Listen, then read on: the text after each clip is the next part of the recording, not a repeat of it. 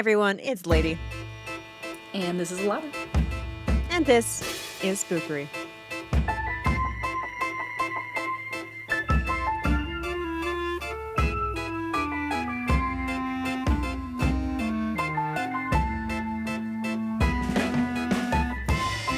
Welcome back, everybody. Welcome back. It is the Westfield Watcher Part 2. How you doing? How you feeling? Are you feeling, like, invaded and, like, uncomfortable and, like, someone's watching you at all times? Yes, and yes. Thank you so much for asking. Oh. How about you? Just making sure you're in the right energy for this. I actually feel blissfully ignorant. Oh. That's what I'm just, if someone's watching me, I physically don't care or I can't sense them. Oh. And that's okay. Well, as long as chat, you are one of those two things, you are going to be fine tonight. Otherwise, anywhere between blissfully ignorant and, like, overly paranoid, like, then you're gonna fit right in. Everything's fine. Everything's good. Ugh. Everything's good in the hood, except in this hood, where things were not, in fact, good. They were very much not good, and like I said, very uncomfortable. I need to know what happens. Yeah, this is a wild case. We're still, like, not even really into it. It's just there's so much. Like, we are, but we aren't. Like you said, there's so much that has happened, but at the same time, literally nothing has happened. Yeah, we're still in, like, we were just that, like, the whole of part 1 was just 2014. Like, we're now just getting into 2015, and, like, there's still, like, there's so, like, we have all of now until then and forever. It's crazy. So yeah, like, well, let's not sugarcoat it. Let's just get straight into it, because I know at least one person in this room really wants to know what happened. I'm biting my nails right now. I'm trying to sit on my hands. I need to know, please. All right, so in our last episode, we started talking about the Westfield Watcher, how it was a mysterious letter writer who was sending a plain white envelope with a typed letter to this family that had just moved in to their brand new house, 657 Boulevard in Westfield, New Jersey. The family had not moved into the house, and yeah, like, they just were unwilling to. There was just this presence, this like, they have kids, they weren't comfortable putting their kids in that environment, in that situation, and it's basically just been a half a year of humming and hawing about what to do. So this episode will start right in the beautiful February of 2015. So it's been just over 6 months since this whole thing shook down. Yeah, so it's February 2015, and 657 is back on the market. The house is listed for $1.495 million. Wow. Which is quite a hike from the 1.3 that it was bought at. Yeah. The Broadus said that the price increase was to reflect all of the renovations and all the money that the couple had put in the house, like including the mortgage and, like, almost, just, like, taxes on the house. They were basically just being like, hey, we've been paying for this thing for 6 months. We've renovated the inside. It's all, like, done up. We can't live in here. We just need to leave. Someone just needs to, like, help us cover the cost. We'll be on our way. You get a brand new house, like, spick and span. It's all done. Unfortunately, especially for the Broaduses, rumors about the house had already begun to swirl, because it's like, hey, this couple bought this house 6 months ago, never moved in. They have been acting a little weird, and especially in the real estate world, they were like, why has this house been empty for so long? What's wrong with it? Yeah. And the Broaduses were not keen to start swapping stories about what had actually gone down. They were still keeping it very close to the chest. Understandably so. Yeah. So a lot of the rumors did actually involve a stalker. There were whispers that there was a stalker involved. But a lot of the rumors actually revolved around a sexual predator that was coming after them. Like, there was like some sort of connection with the two in the neighborhood. Wow. One real estate agent approached the couple saying that her client actually loved the house and was interested in putting an offer, but won't because of all the rumors. So the client just needs, like, a full, like, hey, what's the real story? Like, why is it the way that it is? And then we'll put the offer in. Yeah.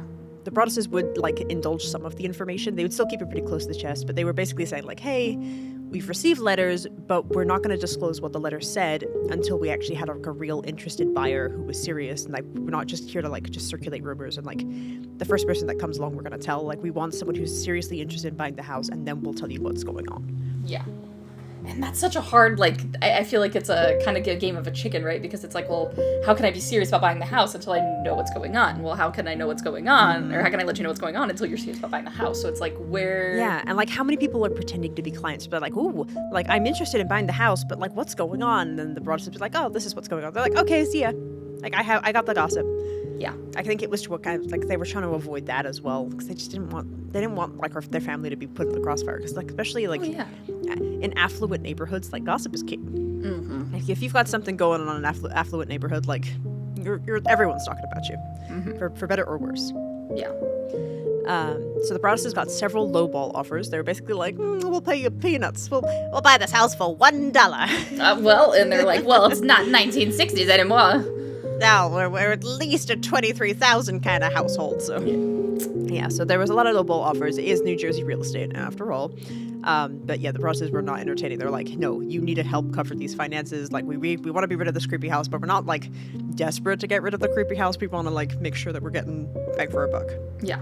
On March 17th, 2015, the Broaduses eventually lowered the price down to $1.395 million, so only $100,000 cheaper. But, you know, it's getting closer to what they bought the house for. Yeah. One of the real estate agents that was like, I think this one was for their clients, like one of them that came forward, and they had not read the letters, but they actually told the Broaduses that they were being too forthcoming with information and actually shouldn't tell people that there was this letter situation and that they should just, like, not disclose that. Like, wow. Yeah, people have refused to disclose, like, much less. So the family is being too forthcoming, and that's what's hurting the sale.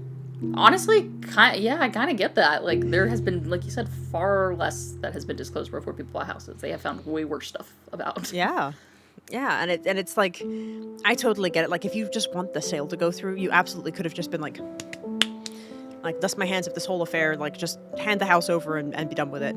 But Derek actually had this to say in response. I don't know how you live through what we did and think you can do it to somebody else. Yeah, it's very much like that movie where you have 7 days to live unless you get someone else to watch the videotape, right? Mm-hmm. And you're like, do you just die or do you do that to someone else? Yeah, and it's like, I mean, like, It Follows is another great example of, like, it's like the sexually transmitted demon where, like, you physically pass on this curse, but it's like a very deliberate action of, like, this is yours now, and this is your problem.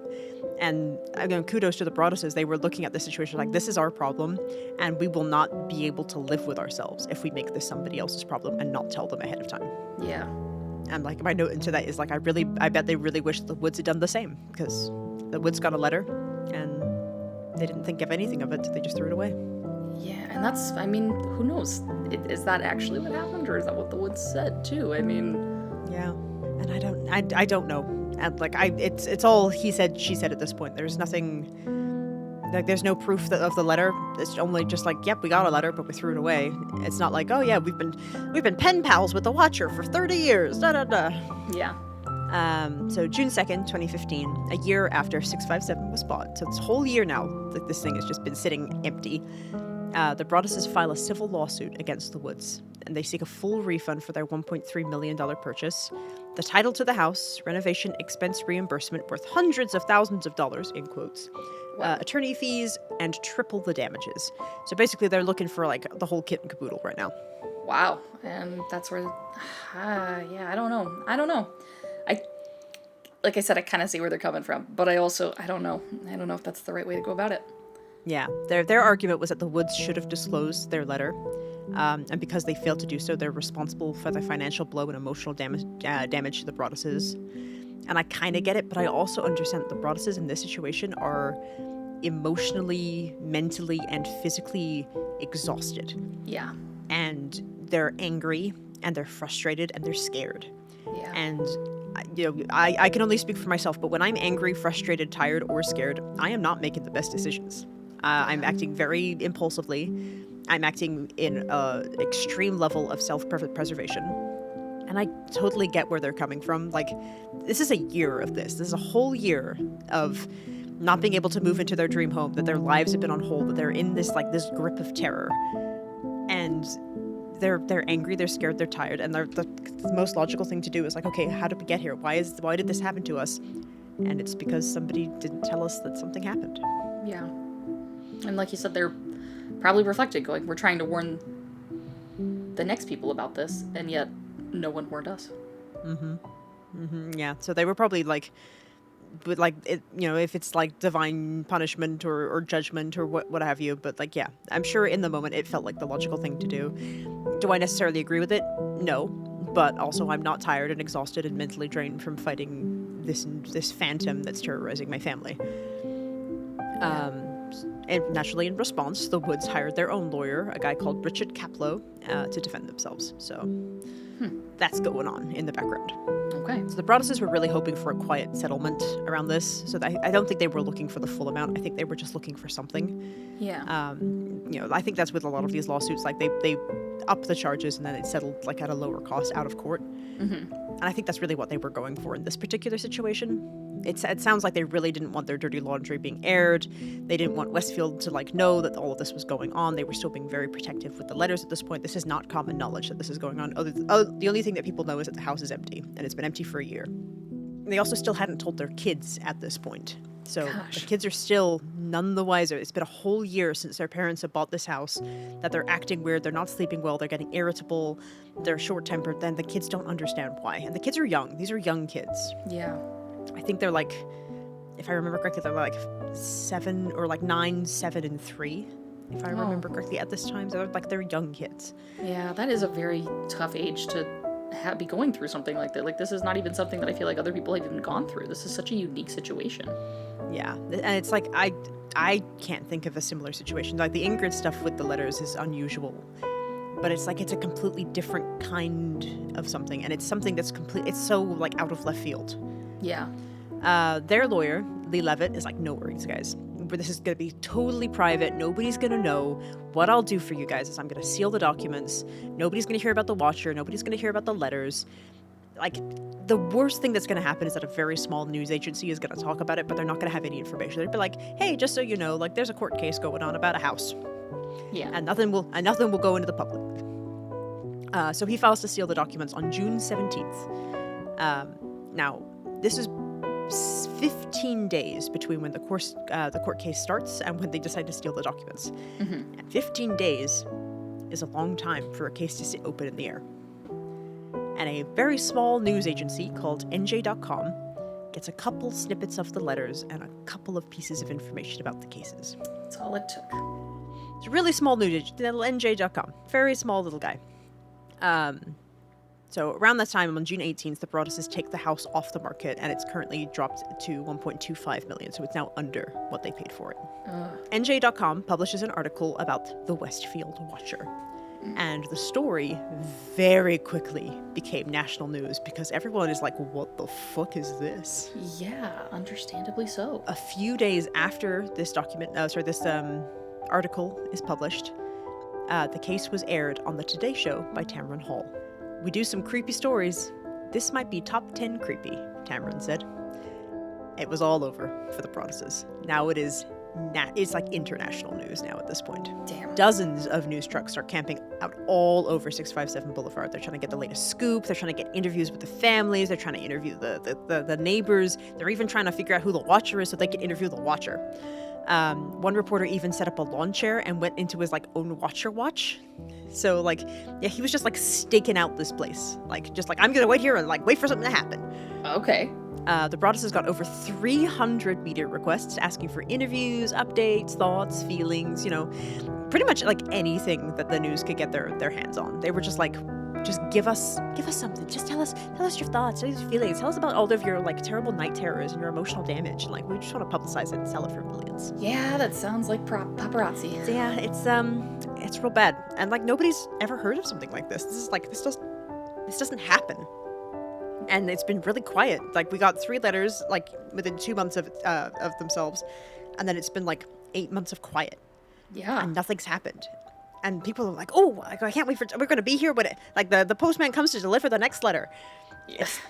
It's gross. It's that weird Bonnie and Clyde thing where people just flock to the scene of this crime and they just had immediately all boundaries, all sense of privacy out the window. It's nope, I am entitled to know what's going on just as much as the people going through this, and so here I am inserting myself, and it's actually no. Yeah, they wanted to keep this private for a reason, and as soon as this happened, I'm I totally get it. I 100% get why you wanted to keep this private, because this just made things a million times worse. Yeah, and now they're up to so much public opinion and scrutiny, and there's gonna be people, I'm sure, that are oh my gosh, these poor people, and then I'm sure there are gonna be people that are oh my gosh, they're faking it. They're gonna get every opinion in between, and that's just not what you need. That's so much extra noise when you're already going through such a difficult time.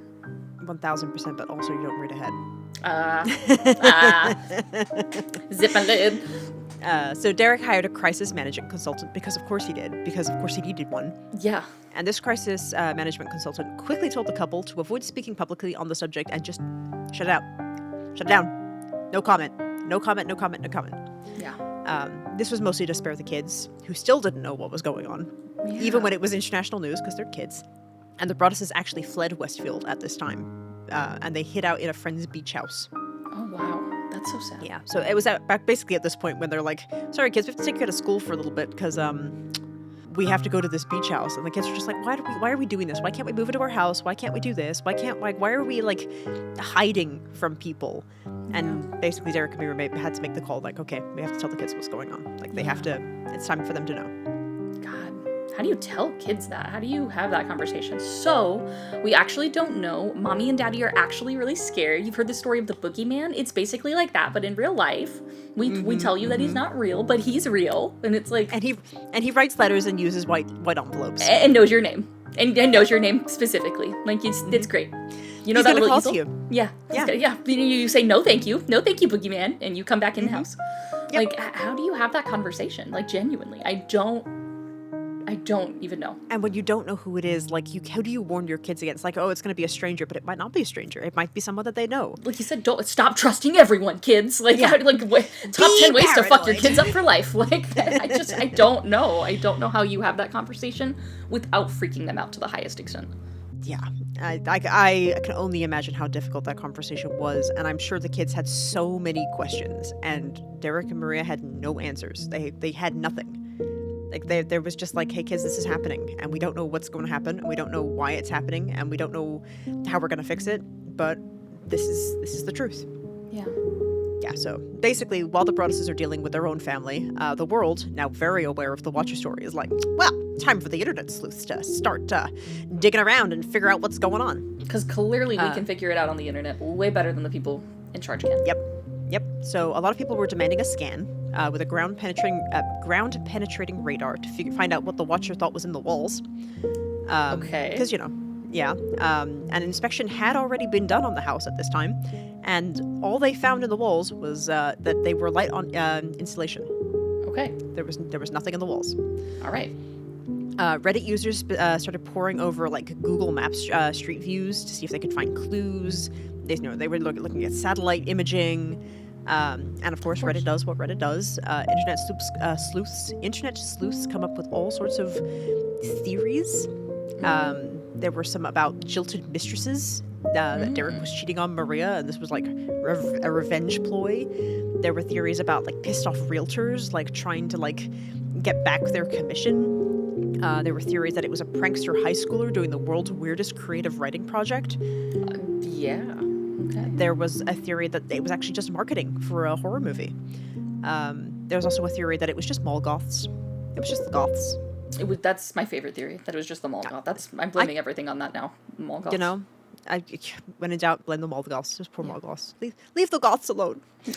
I never said I was blaming them for bad stuff. You'd be like, wow, sandworms are down 13%, and I'll be like, it's the mall goths. God. It's the mall goths. They're doing magic. They're working their rituals in the food court. Yeah, just mall goths, man.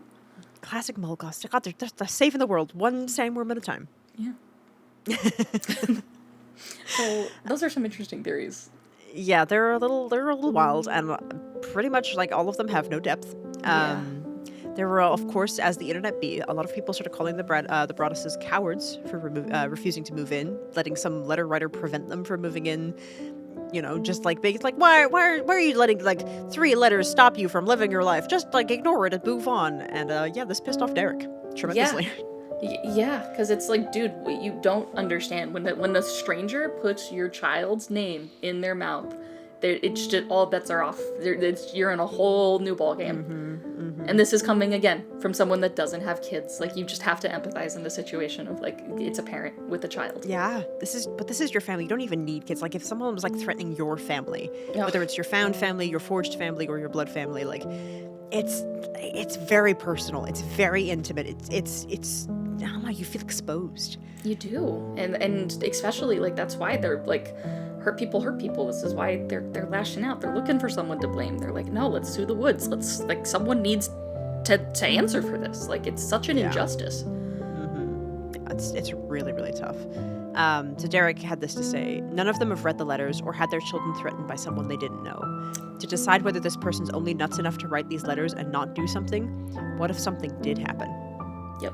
And then what would they say? What would, like, again, it's... Yeah, then it would be the opposite. It's like, why were they stupid enough to put their kids in harm's way? Like, I wouldn't have done this. It's like, no matter what you do, it's... Thank you, armchair quarterbacks, like... Yeah, like, no matter what you do, like, someone's going to be pissed off about it for some reason. And it's just, they're just not worth listening to. Because they don't know any better. So, of course, now the rest of Westfield is now on edge because, oh no, someone turned our immaculate town into some sort of horror movie. Yeah. Ah! Laurie Clancy, the person who lived in the house behind 657, which I think is the house that had the lawn chairs pointing at them. Oh. She commented that the children that came to her house for piano lessons were now terrified to walk down Boulevard. Mayor Andy, oh my god, how am I going to say his name? Skibitsky?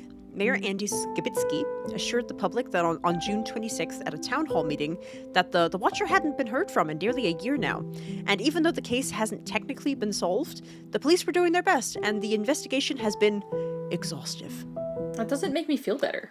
This was also, I mean, it shouldn't make you feel better, because also this was news to the rest of the neighbors on Boulevard who had never been interviewed by the cops or even casually questioned. Right. So I don't know what part of exhaustive that entails, but they didn't talk to the people on Boulevard. I think you're misinterpreting it. It's exhaustive for the detective. He's just a really tired guy who's used to taking like 3 naps a day, and so even having to interview one of the 10 neighbors was exhausting.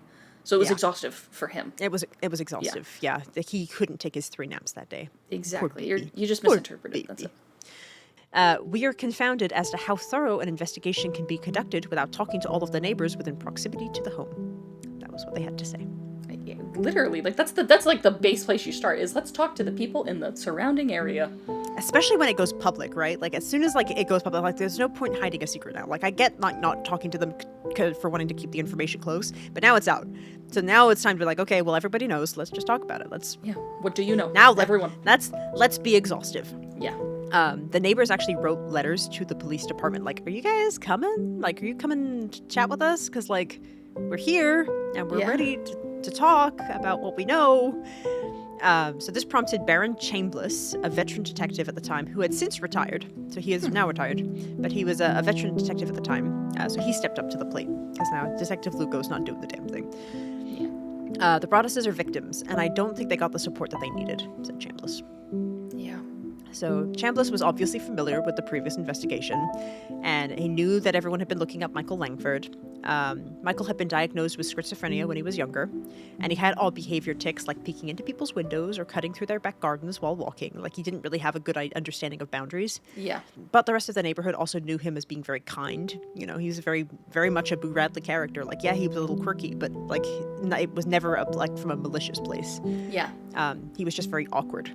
He also like fetched newspapers for other neighbors, so like he would actually go out and like bring people's newspapers. Like he would come into their houses and like give them to them. Oh, that's cute. And he was like always willing to lend a helping hand. So he was considered like, yeah, people like talked bad about him, but like they didn't think he was like malicious or mean. Yeah. So this is when Chambliss made a very surprising discovery. The previous investigation run by Detective Lugo had actually run a DNA test on one of the envelopes. So while they didn't have a sample to run against it, so they couldn't get a match, the sample that they got from the envelope came back positive to belonging to a woman. I knew it. It's a gal. I knew it. The Watcher's a gal. I knew it. I was like, it's just not gonna, yeah. Oh my God. It's not gonna be a guy, it's gonna be a gal. Guys and dolls. But what does this mean? What does this mean? What does it mean? So it's a woman? It came back as a woman. A woman. It was a woman. It was a woman. So now the investigation started looking at Michael's sister, Abby. What? Who was Michael's biggest supporter. So they're just like, well, we gotta check it out, right? Like, I mean, if it's not you, just give us your DNA. Yeah, just casually. So she worked as a real estate agent, which is kind of suspicious. She could have motive due to losing out on commission for the house sale next door. And the police actually swiped her water bottle during one of her shifts to run a DNA match against the sample. No match. No match. No match. So match. it was not. It was not Abby. It was a woman. I felt like, and it wasn't even the macho thing at the beginning. Like that wasn't even it. Because at that point, I still kind of thought like I was like it could be a guy or a girl. Like either way. Yeah. But it honestly like I don't know. Just like I think. I don't know what made me think that, but just I'm like it's not him. It's not the Spoo Radley character. It's not Michael. But like just no, like it's as weird as it sounds, like it's just so sinister and so personal that I'm like, this is a woman. Yeah, that's horrible to say.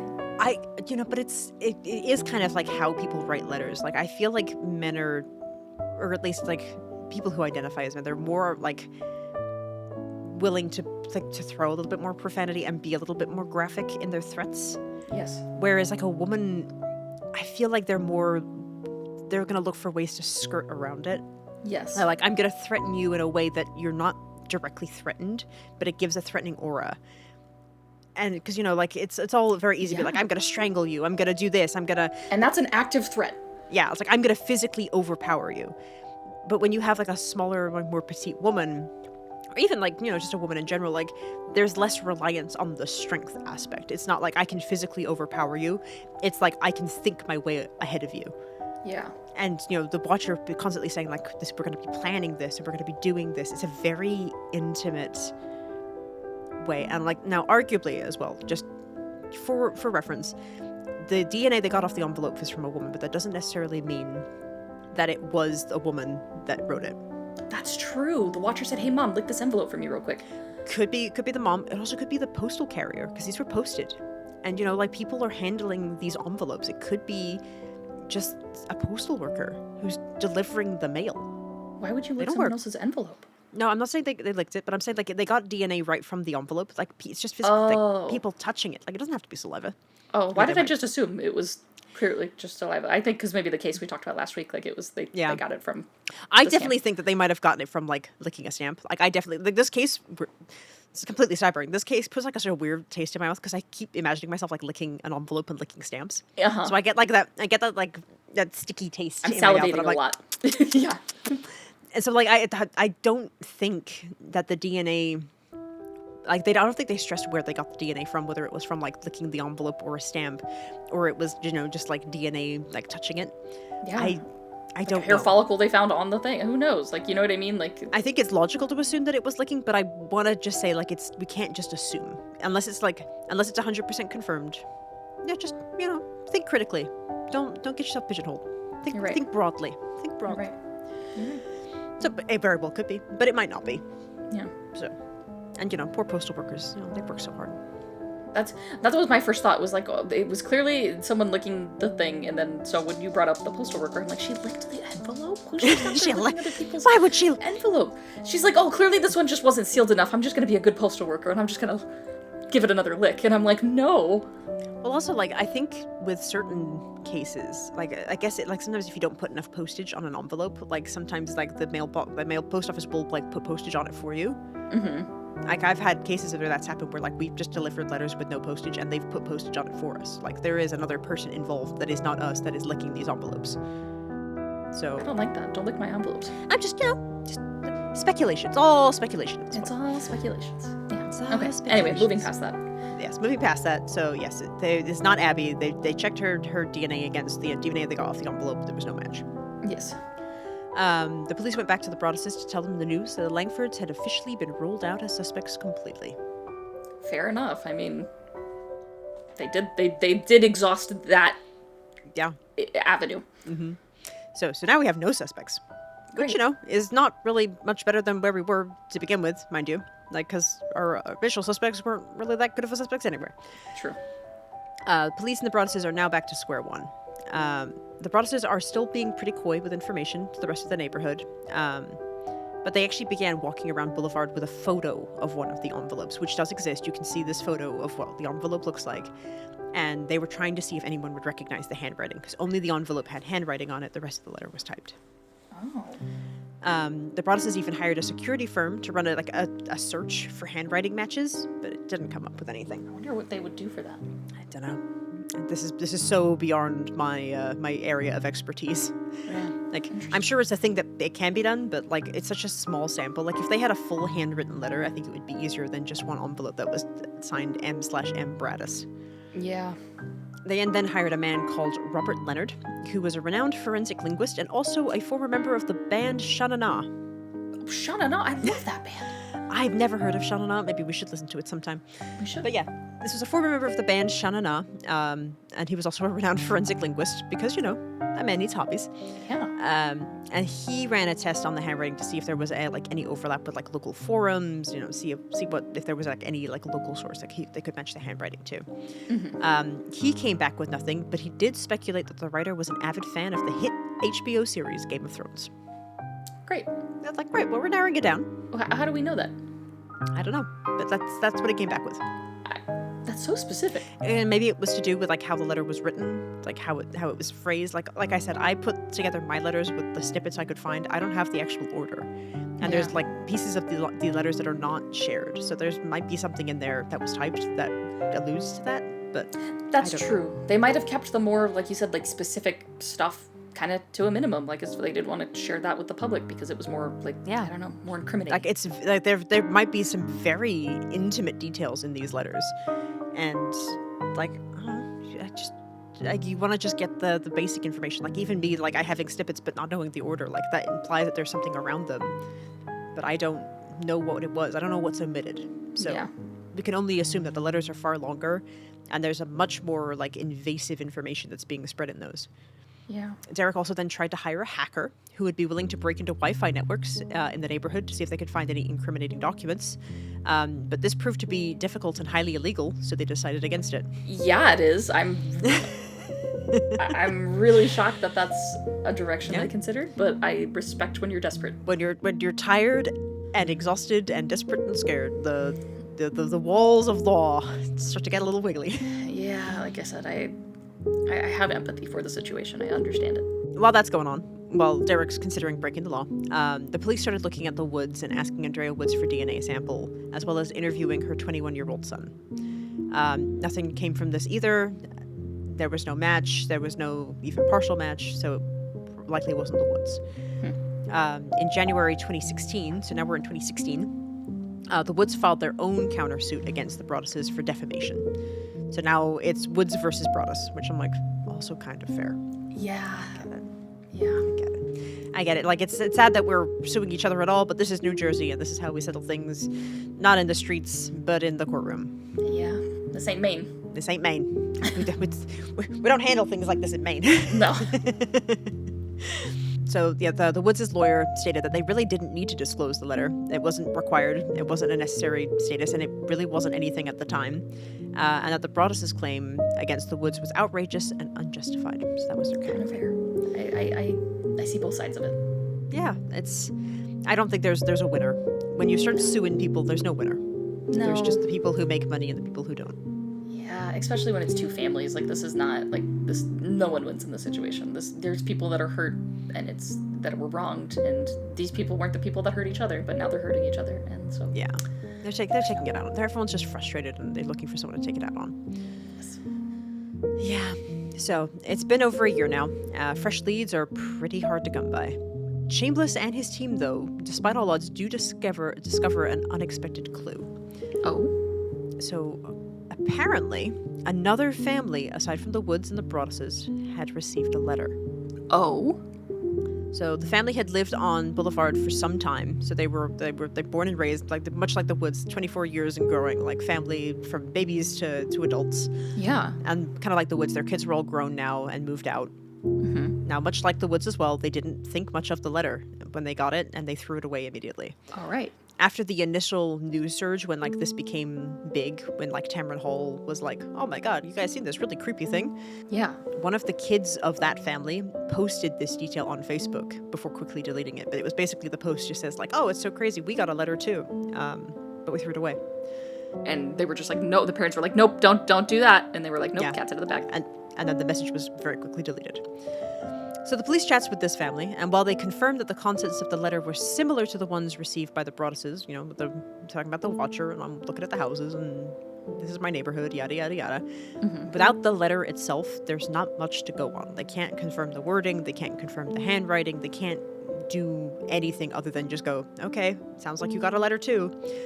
Let us know if you get another one, but also why did they get a letter? Because it's a different house, it's a different situation. So it kind of just made the investigation even more confusing. Yeah, that just makes it messy, and like you said, that doesn't help narrow it down at all. That just makes it like, okay, so is this actually a hoax? Is this actually like... Yeah, it's like the whole neighborhood just playing a really elaborate prank on this poor new family. It's just like a hazing ritual that went wrong. So Chambliss and his partner decide to stake out 657 Boulevard, and they are like sitting in the back of the van, looking at the house with a pair of binoculars, just trying to figure out like what the hell is going on. Maybe we'll catch someone coming by, maybe we'll see something suspicious, but we just need to observe this house for a bit. Yeah. So at 11 p.m. that night, a car stopped in front of the house long enough to be suspicious. Okay. The car belonged to a young woman who didn't live in Westfield, but lived in like a nearby town, maybe Elizabeth, maybe one of the other ones.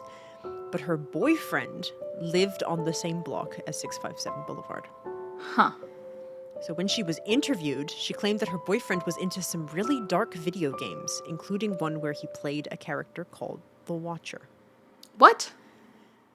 So I'm going to derail this for a little bit because this is where my 2014, 2015, 2016 nerdness comes in. Have you ever played a video game where you played The Watcher? Because we play a lot of video games. No. Have you? I have played a couple. I have a couple of suspects for what video game this might be. But I'm going to be honest with you, not all of them are dark because I don't play super dark video games. So the big one, if you Google like games where you play The Watcher, the big one that pops up is a game called Slay the Spire. Oh, I've never played that. It's a card building roguelike where there's like 4 playable characters, and you like build a card deck and it gives your attacks and everything. But one of the playable characters is the Watcher. It's a monk character. I wouldn't classify this as a dark video game, and also the timeline is a little weird.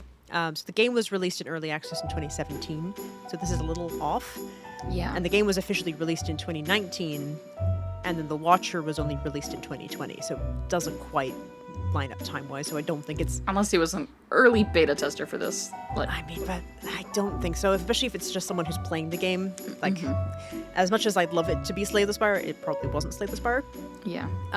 There's a couple of other options, which are a little bit more loosey-goosey. There's an NPC in Borderlands, the pre-sequel, which is a non-playable character. It's a character that just exists in the world. Yeah. Also called the Watcher. And there's also apparently a character in the game called Myth, called the Watcher. I don't know Myth very well, so I couldn't say for certain if they're playable or not, but like they're a character. But those timelines fit a little bit better. Interesting. The other options that it could be, my first thought, which is a weird knee-jerk reaction, was a game called Welcome to the Game. I don't know if you know this one. It's more of like, it kind of fits with that dark video game idea, but you basically, like, you're playing a hacker who's trying to hack into the dark web, and your character isn't named. Oh. But I can understand someone referring to them as the Watcher, because your whole bit is that you're trying to get into the dark web, but there are other hackers who are trying to hack you. There are people in your building that are trying to get you, so you're constantly watching like several avenues while you're doing these hacks. I see. And that one came out in 2016, so that would be like up and coming. A lot of people were playing Welcome to the Game when it came out. Okay. Another idea that it could be would be Observer, which is a 2017 cyberpunk psychological horror, and I believe that one came out in 2017. I asked my brothers, because they're big gamers too, and one of my brothers even said like his first knee-jerk reaction was the game Dishonored from 2012, where you don't play the Watcher but you fight the Watch.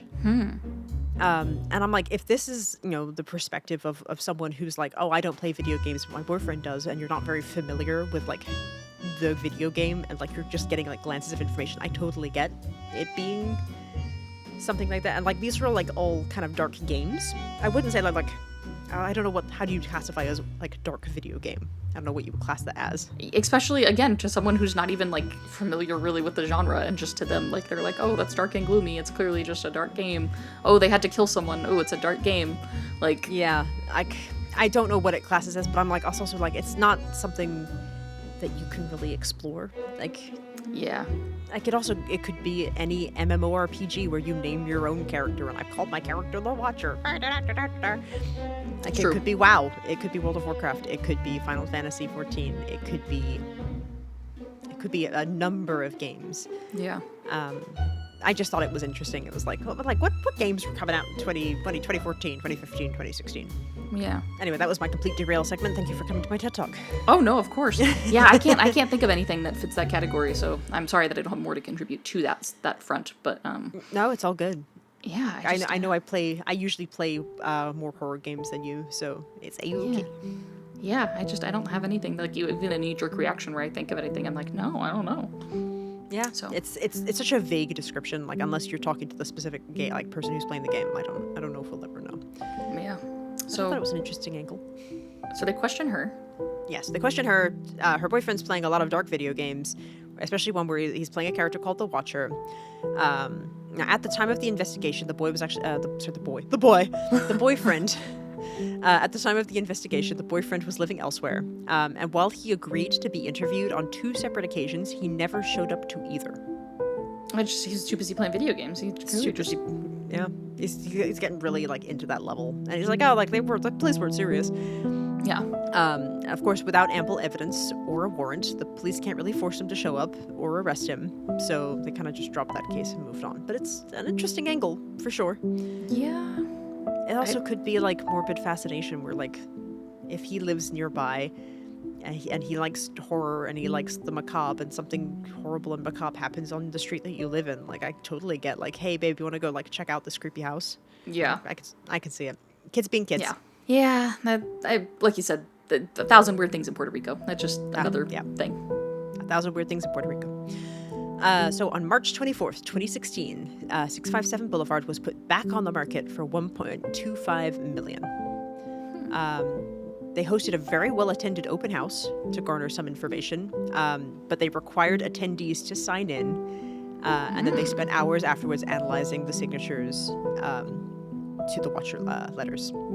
That's smart, but also I do think if the Watcher was gonna come and like visit the house, they probably would like use their left hand instead of the right hand, or like vice versa, and maybe but try. Also, like we have such little handwriting to compare it to, and a signature is very different than handwriting. So that's so true. I don't know. I don't know. Like, please write the sentence. Please write M/M. Yeah, like how do you sign letters? Is it M/M? They also did get some interest in the house, but as soon as they disclosed the letters, the potential buyers were like, yeah, that's a lot. Goodbye. Yeah. We really appreciate you telling us, because that does change things. Yeah, actually, we do not want any part of that. Thank you so much. Have a great day. Valid. Yeah, so at this point in the investigation, with so little to go on, people, like, started asking the question, did the Broaduses send the letters to themselves? Of course. Yeah. So up until the Broaduses moved in, there hadn't really been any similar incidents. Nobody who'd lived in the neighborhood could recall earlier letters. Like, this was like a brand new thing that really appeared with the Broaduses. And, you know, people had to start thinking, like, well, maybe it was them, and they're just trying to garner attention. Yeah, and I mean, looking at it again, we gotta think critically. It's a possibility. We can't rule it out. Yes, we gotta entertain all possibilities, even if they're bizarre and absolutely not true. Yes. So one theory goes that the Broaduses suffered buyer's remorse or realized that they couldn't afford the home, depending on the source, because it varies. And they concocted an elaborate scheme to get out of the sale. I mean, they only got the letter when they'd already completed the sale, so that seems a little strange, but all right. Yeah. Another theory states that Derek, who worked for an insurance company, was trying to commit insurance fraud. Which, you know, if it was Traveler's Insurance, I'd be more inclined to believe it. But it's not Traveler's Insurance, so no. But no. But no. But no. Another theory was that they were trying to emulate, like, the Warrens, so like Ed and Lorraine Warren, and they were drumming up, like, suspicion and, like, this boogeyman character to get a movie deal. Interesting. Now, here's the real fact is that the Broaduses actually already received several movie deal proposals, and they had turned them all down. They were like, leave us the fuck alone. Yeah, no thank you. We don't want to monetize our tragedy. Thank you so much. So Lifetime actually eventually released a movie called The Watcher, and the Broaduses had to file a cease and desist letter. They were like, we need to fucking stop. The movie changed the couple to biracial, and they changed the Watcher to the Raven, which I guess was just enough to get them out of, like, oh, it's just weirdly similar coinkydinks, rather than, yes, we absolutely based the story off of you. So how did Netflix get away with it? Well, we'll get there. Okay. We'll get there. So another theory was that this was a convoluted plot to drive up the value of the house. I can see people go in there. People buy a lot of, like, haunted houses. Someone that's like, yeah, I want this house that's of focus and... Yeah, well, like, think of, like, Amityville. Like, how much do you think you could buy Amityville for? Or the Conjuring house? Or, you know, houses that overlook the Exorcist stairs? Like, to add like a macabre history, like people will pay top dollar to be like close to tragedy, which is very strange. Mm-hmm. It is very weird. Yeah. Some neighbors reported that they never saw any contract work going on. And like they were basically just making up these numbers to up the value of the house, but like no actual work had been done. Some neighbors called the Broadus' concern for their kids false, as Maria had a very public Facebook and had posted pictures of the kids, but also like, that's none of your business, get the fuck out of here. Like, there's something very different from posting pictures of your kids on Facebook versus like, hey, I'm gonna call to your children in the night and maybe whisk them away from you. Yeah, I mean, like you said, that's a leap. That's a big leap. And Yeah, I hope you did some stretches before you jumped to that conclusion. literally, like, that's a very far. Oh my gosh, she posted pictures of her kids on Facebook like every other normal mom. She really hates those kids. Like, what? Yeah, she doesn't think about their safety at all. It's all a cunning ruse. She actually lets them skateboard in barbed wire and broken glass. Oh my gosh. Yeah. Okay. Well, that's a theory. That's a theory, and of course, like, naturally the police also have to be very the critical thing. They have to explore all opportunities. They did actually take a sample of DNA from Maria for comparison. It was not a match. Shocker. None of these theories make a lot of sense other than drumming up drama, but that really didn't stop people from taking sides. And people really started going after the Broaduses for trying to defame the Woods. They were like, you're trying to sue the Woods, you're ruining this neighborhood, you're wrong, and you're entitled, and you're wealthy, and you bought this home, and you deserve to rot in it. And it was like, it all got very, like, what's the fucking point, guys? What are we doing? I don't know, 'cause taking sides is fun, I guess. Yeah, I guess. I don't know. People do love to take sides, though. Yeah, like people online were very quick to say that because the way that the Broaduses were trying to keep everything private, like this screamed a scam, and like they would have released the info to the public way sooner, and they would have like done this, and they would have done this, and I'm like, great, when you're in that situation, you can do that, but you're not in that situation right now, and I am gonna defend the Broaduses to the day I die. I think they did everything fucking right. Yeah. I don't think there is a playbook for this. I don't think there's any sort of right or wrong answer. I think you do what you gotta do in the moment for your family. So Derek had all this to say in response. There's a natural tendency to say, I've lived here for 35 years, nothing's happened to me. What happened to my family is an affront to their contention that they're safe, and there's no such thing as mental illness in their community. People don't want to believe that this could happen in Westfield. That's valid too. I mean, you don't want to believe that it can happen, but at the same time, that is not a valid excuse to... Yeah, but it's actively happening. It's like saying, like there are no wolves in our sheep, and like you're losing a sheep every night. It's like, this would never happen in my flock, and you're still like, it's actively, people are losing sheep. Yeah. Like it doesn't matter if it would never happen. It's currently happening, which is a proof that it will happen, and it could happen again. And it did. And it will happen again. Yeah. I mean, what? So now the Broaduses are like basically social outcasts, like not just on Boulevard, but like in all of Westfield. And this is Maria's home. She was born and raised here. She's lived her whole life here. Like, she went to school here. This is her home. And now she is being ostracized because she is being stalked. Yeah, that's what you call the short end of a stick. Yeah, that is brutal. So Derek was like, basically like, I just want to leave the whole affair behind him. We're going to move out. We're going to leave New Jersey. We'll just start over. We'll just get away from all this because this sucks. And Maria was like, no, Westfield is my home. Yeah. This is where I want to raise my kids. This is where, like, I can't go anywhere else. Like, it's, no. Yeah. And basically the Watcher had taken enough from them, and she wasn't going to let them take Westfield too. Like, they can have Boulevard, but they can't take Westfield. That's so fair, and I'm honestly just, like, so impressed with her strength, because I think I would have been like, you can have it, it's yours, bye. Yeah, I probably would have been like, all right, I'm out. See you later, New Jersey. I'm literally changing states. Goodbye forever. Yeah. May 24th, 2016, nearly 2 years after the first letter, the Broaduses eventually borrow money from their family members, and they buy a second home in Westfield using an LLC to keep their location private. They did not want the Watcher to follow them. Valid. So now the family has 2 homes. Yeah. One of which is hella cursed and being watched actively. Wouldn't you be afraid, though? Like, if it's still in Westfield, like, wouldn't you be afraid of this, like it's just gonna follow you? Like, they're just, this thing... Personally, I would, but they also deliberately kept their location private, so I think that has some level of safety, like buying it through an LLC, But couldn't you, if there's gotta be a time when they're at the Boulevard house, and they drive from the Boulevard house to their other home. I guess it depends on how, like, invasive you think the Watcher is going to be. Like, they're the Watcher, not the driver. Are they going to follow you? You're not wrong, but yeah, you're right. I don't know. Can they drive? I don't know. Do they have a car? I don't know. We don't know the age of the Watcher. I have a theory a little bit later where I'm like, I'd be willing to say that they're probably in no condition to drive, but I don't know. I don't know. I guess whatever they did, it gave them a certain level of protection, and it was enough to give them peace of mind. So they have this new house that they're moving into, that they actually move into, and that's enough for them to be like, okay, now we can deal with 657 Boulevard from over here. Okay. With safety. So their lawsuit with the Woods is also still pending, but at this point seems highly unlikely to succeed. Yeah. Some states have a law where if the house has like a murder or was suspected to be haunted, the seller had to disclose this information. So like if you had a murder house, you had to like, hey, just FYI, a whole family was massacred here. Yeah.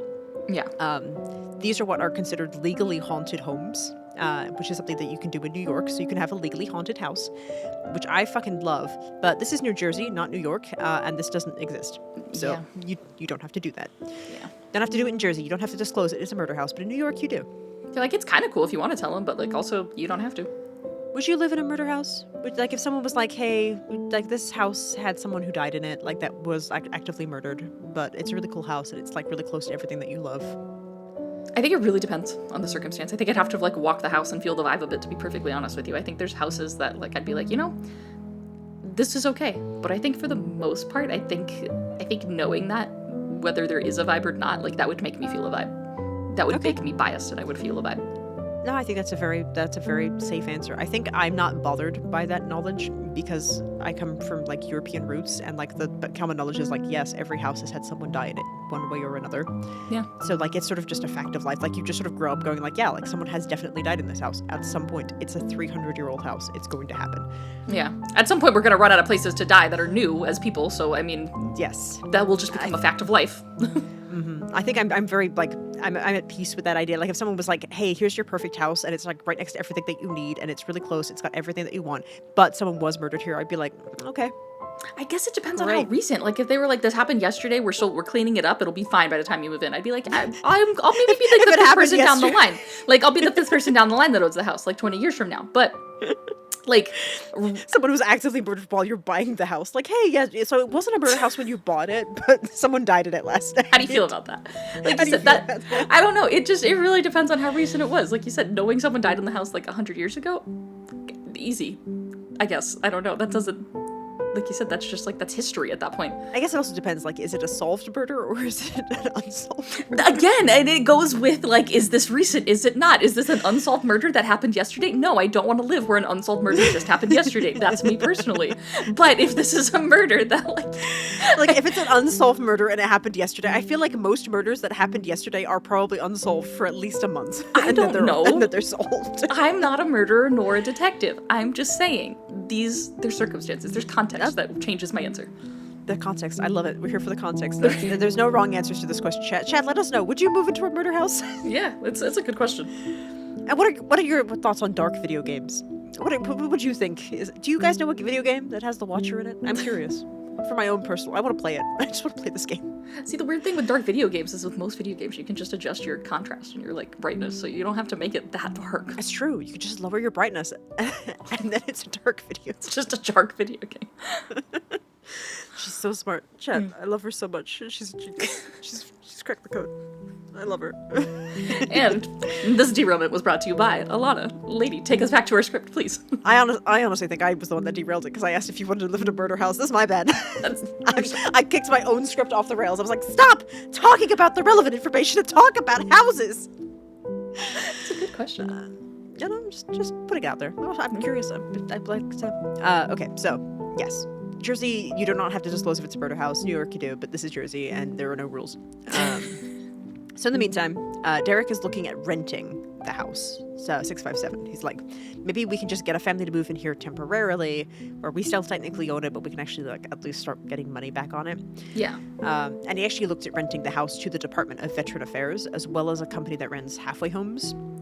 Oh. And these are, in case you don't know what those are, they're like spaces where people can go to like recover from like drug and alcohol abuse, and like it's to help you get back on your feet, but. There's a lot of relapsing, so they're not considered like the nicest places to be around, but like they are very important. Yeah, it can be a rough area, but like you said, it's important. Yeah, like they're needed. People need all the help they can get, especially when you're recovering from a drug or alcohol addiction. It can be really tough. Absolutely. So the Broadus' real estate lawyer proposed an idea. Why don't they just sell the house to a land developer who could then rip the house down and just build 2 sellable properties on the plot? Good idea. Yeah. So subdivisions like this are actually pretty common in Jersey, but they're often met with a lot of resistance from the locals because they're like, construction changes. It's an old house. It's historic. You can't do this. Yeah. 657 Boulevard was actually one of the larger plots on the street, as we keep saying, so it was actually a prime candidate for this treatment.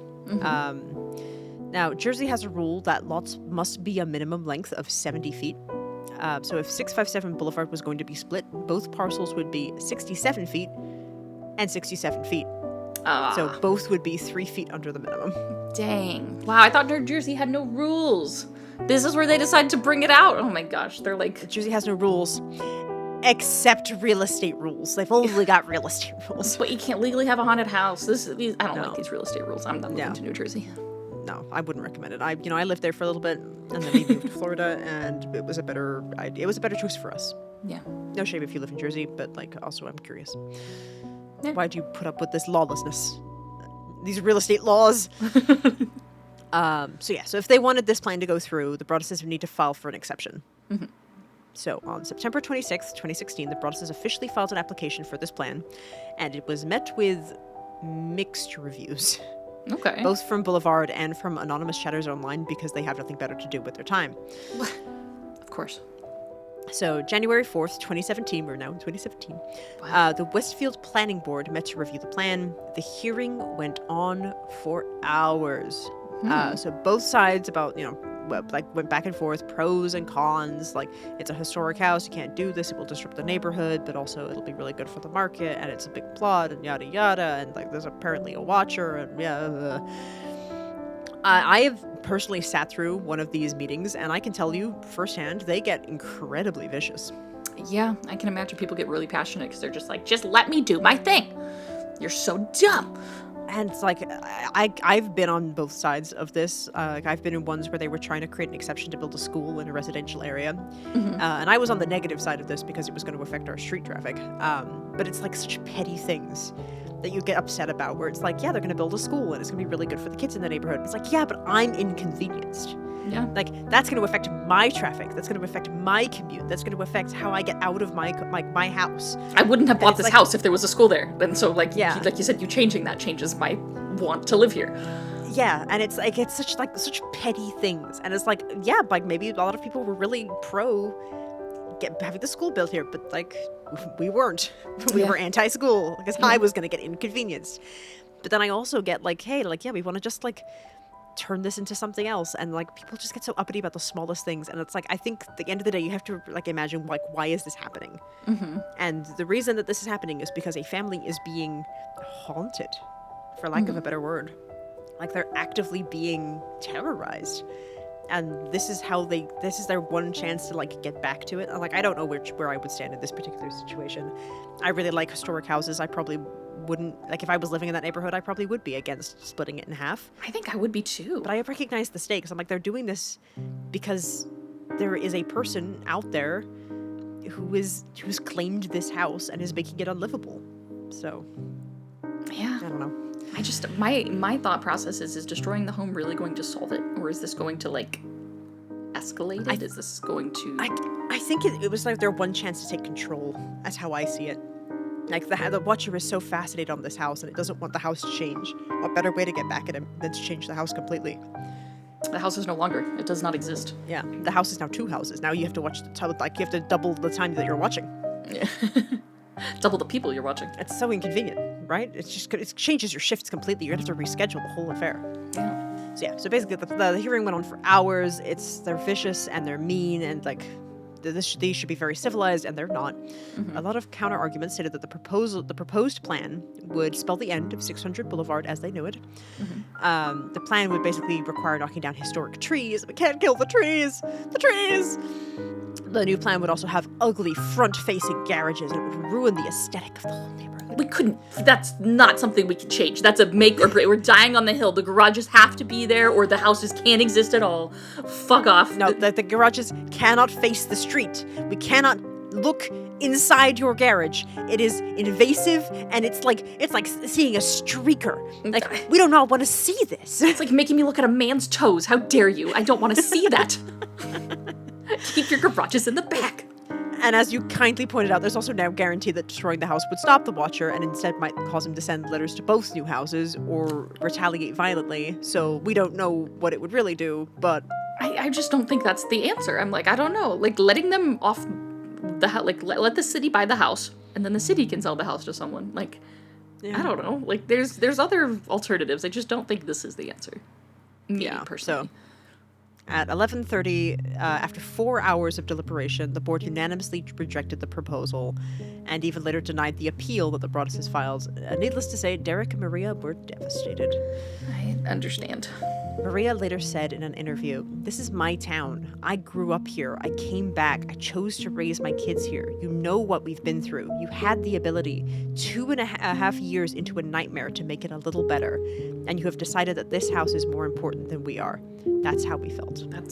I think she sums it up pretty well. Yeah. My heart bleeds for them. I don't know what the right answer is. There's no right answer to this. No, and the part though that I see myself playing devil's advocate with is, like, we keep calling it like they're actively being harassed. They're not actively though. Like, we haven't gotten anything in 2 years now. I understand. My fear would still be there. I wouldn't be at this house anymore, though. I wouldn't be attaching myself to this location anymore. And if the letters stopped, I don't know. I don't know. That's where I'm at with it, is like, I understand that they're wanting to right the wrong, but sometimes life doesn't work that way. Yeah. Sometimes you just gotta take the wound and walk it off, right? Yeah. Like, and so I don't know. I'm not saying that that's right, and I'm not saying that they don't deserve to feel the way that they do. They absolutely do. But I don't know, the way that they're just like, no, you had the option to do good and make us feel better. It's like, you also have the option to make yourself feel better. You too can walk away. Yeah. It's like, I don't necessarily agree with everything that Broadus do, but I agree that they handled the situation correctly. Like, selling the house and splitting it into 2 parcels, like, you know, if that's, you know, like, I don't know. I think definitely distancing yourself from the house is a good idea. But, like, there is, like you said, there's no playbook to this. There's no, like, oh, when you're being stalked and someone's fascinated with your house, you just destroy the house immediately. I mean, like, they absolutely could have demolished the house on their own and then just sold the land. Yeah. Like, we didn't need someone else, but also, like, this is, like, theme park rules. I'm bringing in my personal expertise. Demolition and destruction costs money. Yeah. And sometimes it's easier to just let it rot in place. It's true. That happens to so many projects, like you said, where they just get abandoned because doing anything about it is just so much more expensive once it's already been done. Yeah, to start over, it costs money. To destroy it, it costs money. To keep it going, it costs money. The only way to not lose money is to just stop. So, like, I get it. They're already, like, spending so much money on this fucking house. They've already bought a second house. Yeah. Like, they don't have the money to demolish. They don't have the money to change it. They don't have the money to build a giant middle finger on the front lawn and just be like, fuck you, Boulevard. We hate you. Yeah. I don't know. Yeah. I don't know. Well, there is some good news waiting for the Broaduses not long after this devastating defeat. So on the 1st of February 2017, a family with grown children and 2 very large dogs agreed to rent 657 Boulevard. To rent? To rent. They rented it. So the renter stated that they weren't worried about the Watcher, although they did put a clause into the lease that said that they could be let out at any time in the event of another letter. And in my world, we call that foreshadowing. Yeah. So they were smart to conclude that. Yeah, so not 2 weeks later, February 20th, 2017, Derek heads over to the house to deal with squirrels. Oh, Squirrels have moved into the roof! No. And they do that. A lot of the houses in my neighborhood have squirrels in their roof, and I don't know if the people who live there know. Roof rodents are a big problem. We have roof rats here. Got roof rats. Roof rats. Roof rats. Yeah. Where my fellow roof rats at? It does sound cool, but it's not cool. They're scary. They're big. Yeah. Yeah, I feel like rats are a bit more threatening than squirrels. Squirrels are like nature's cowards. They talk a big game, but they don't do much. No. We have squirrels. Yeah. Yeah. So yeah, Derek came over to deal with these were squirrels because squirrels don't care and they like to fuck shit up.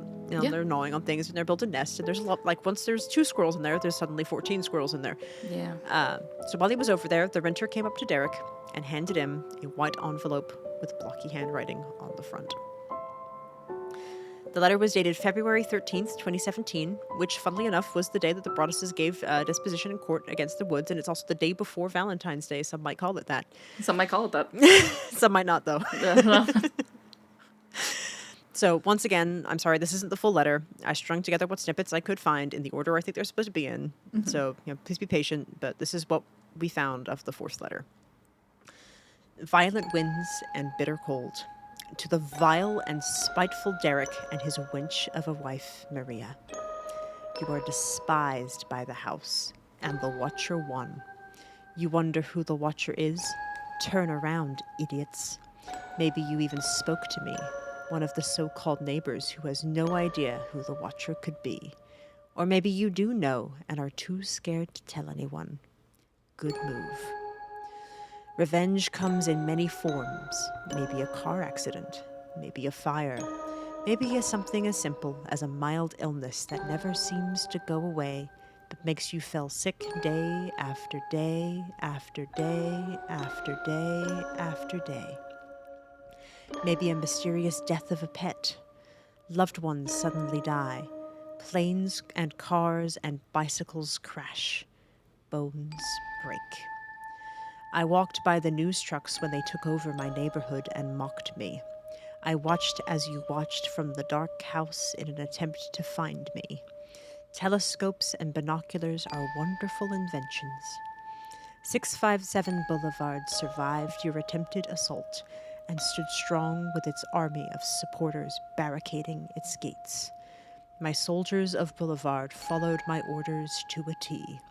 They carried out their mission and saved the soul of 657 Boulevard with my orders. All hail the Watcher. This is not just a single person, I swear to God. This is a group of people. This is so weird. But is it, though? But is it? It just, I don't know. I think my instinct is it is one person.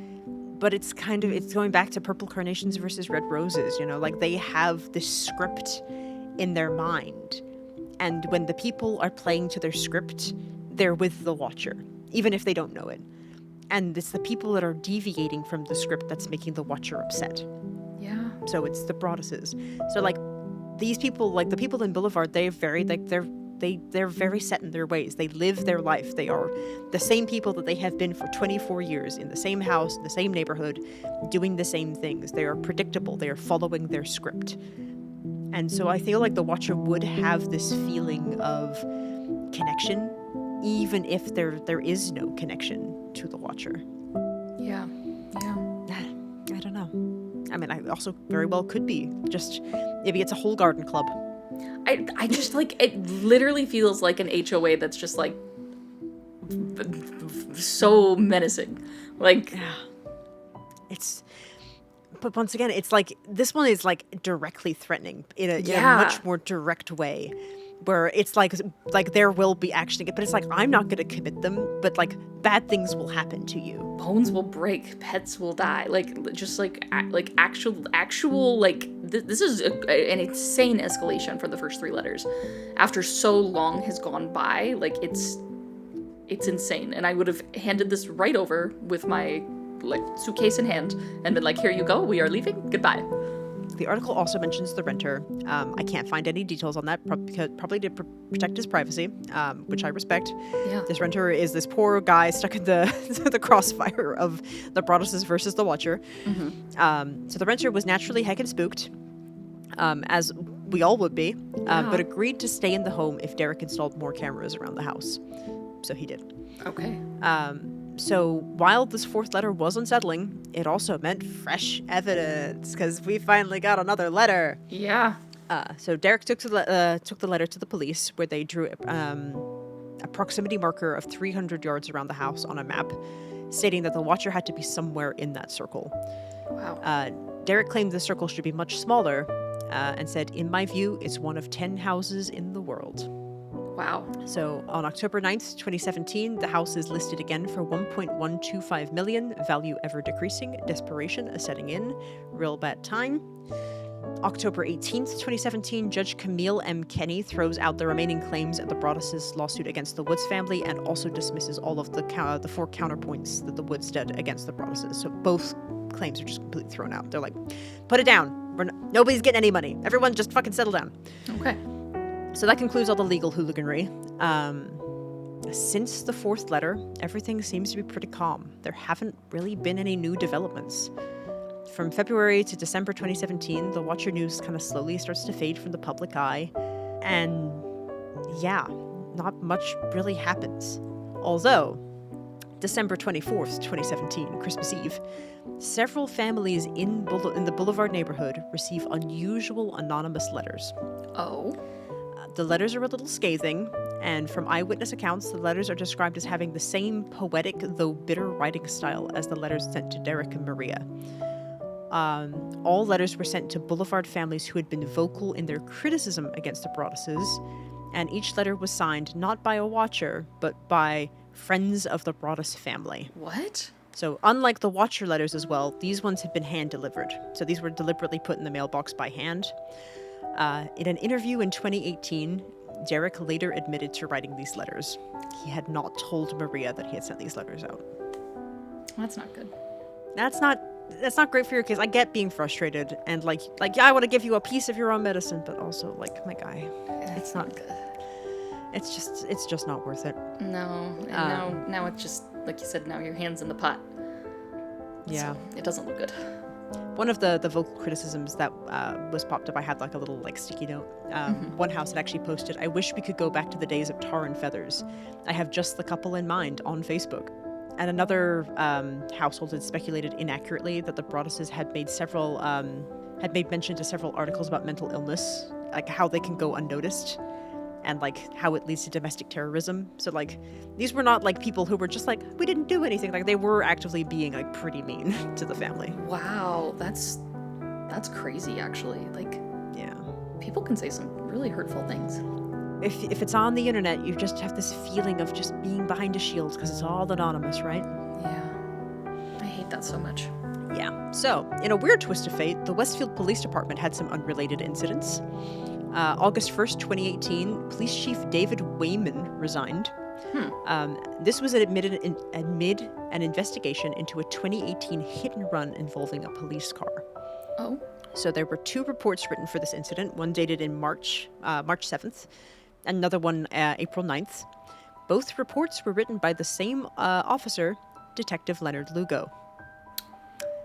For those who don't remember who that is, that was the initial police officer who helped the Broaduses when they first moved into the house. And for those who can't see my face right now, my jaw is on the floor.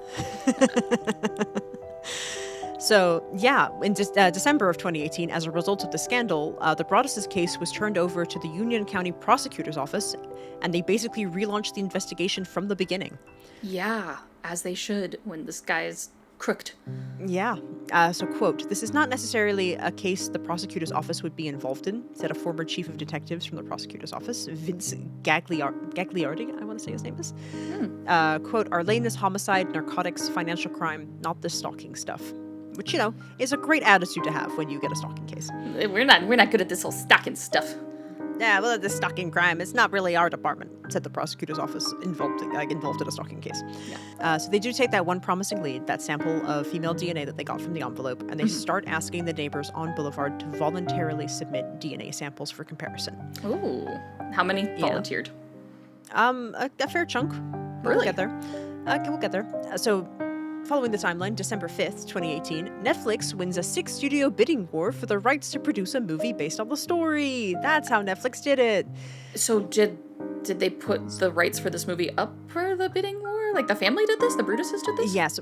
I think I don't know if they put it forward, but I guess that they were approached.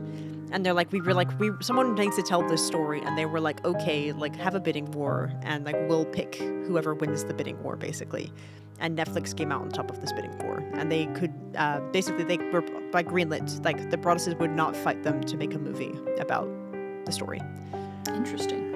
Okay. So, January 2019, the prosecutor's office notifies Derek and Maria that none of the DNA samples they procured matched the sample found on the envelope.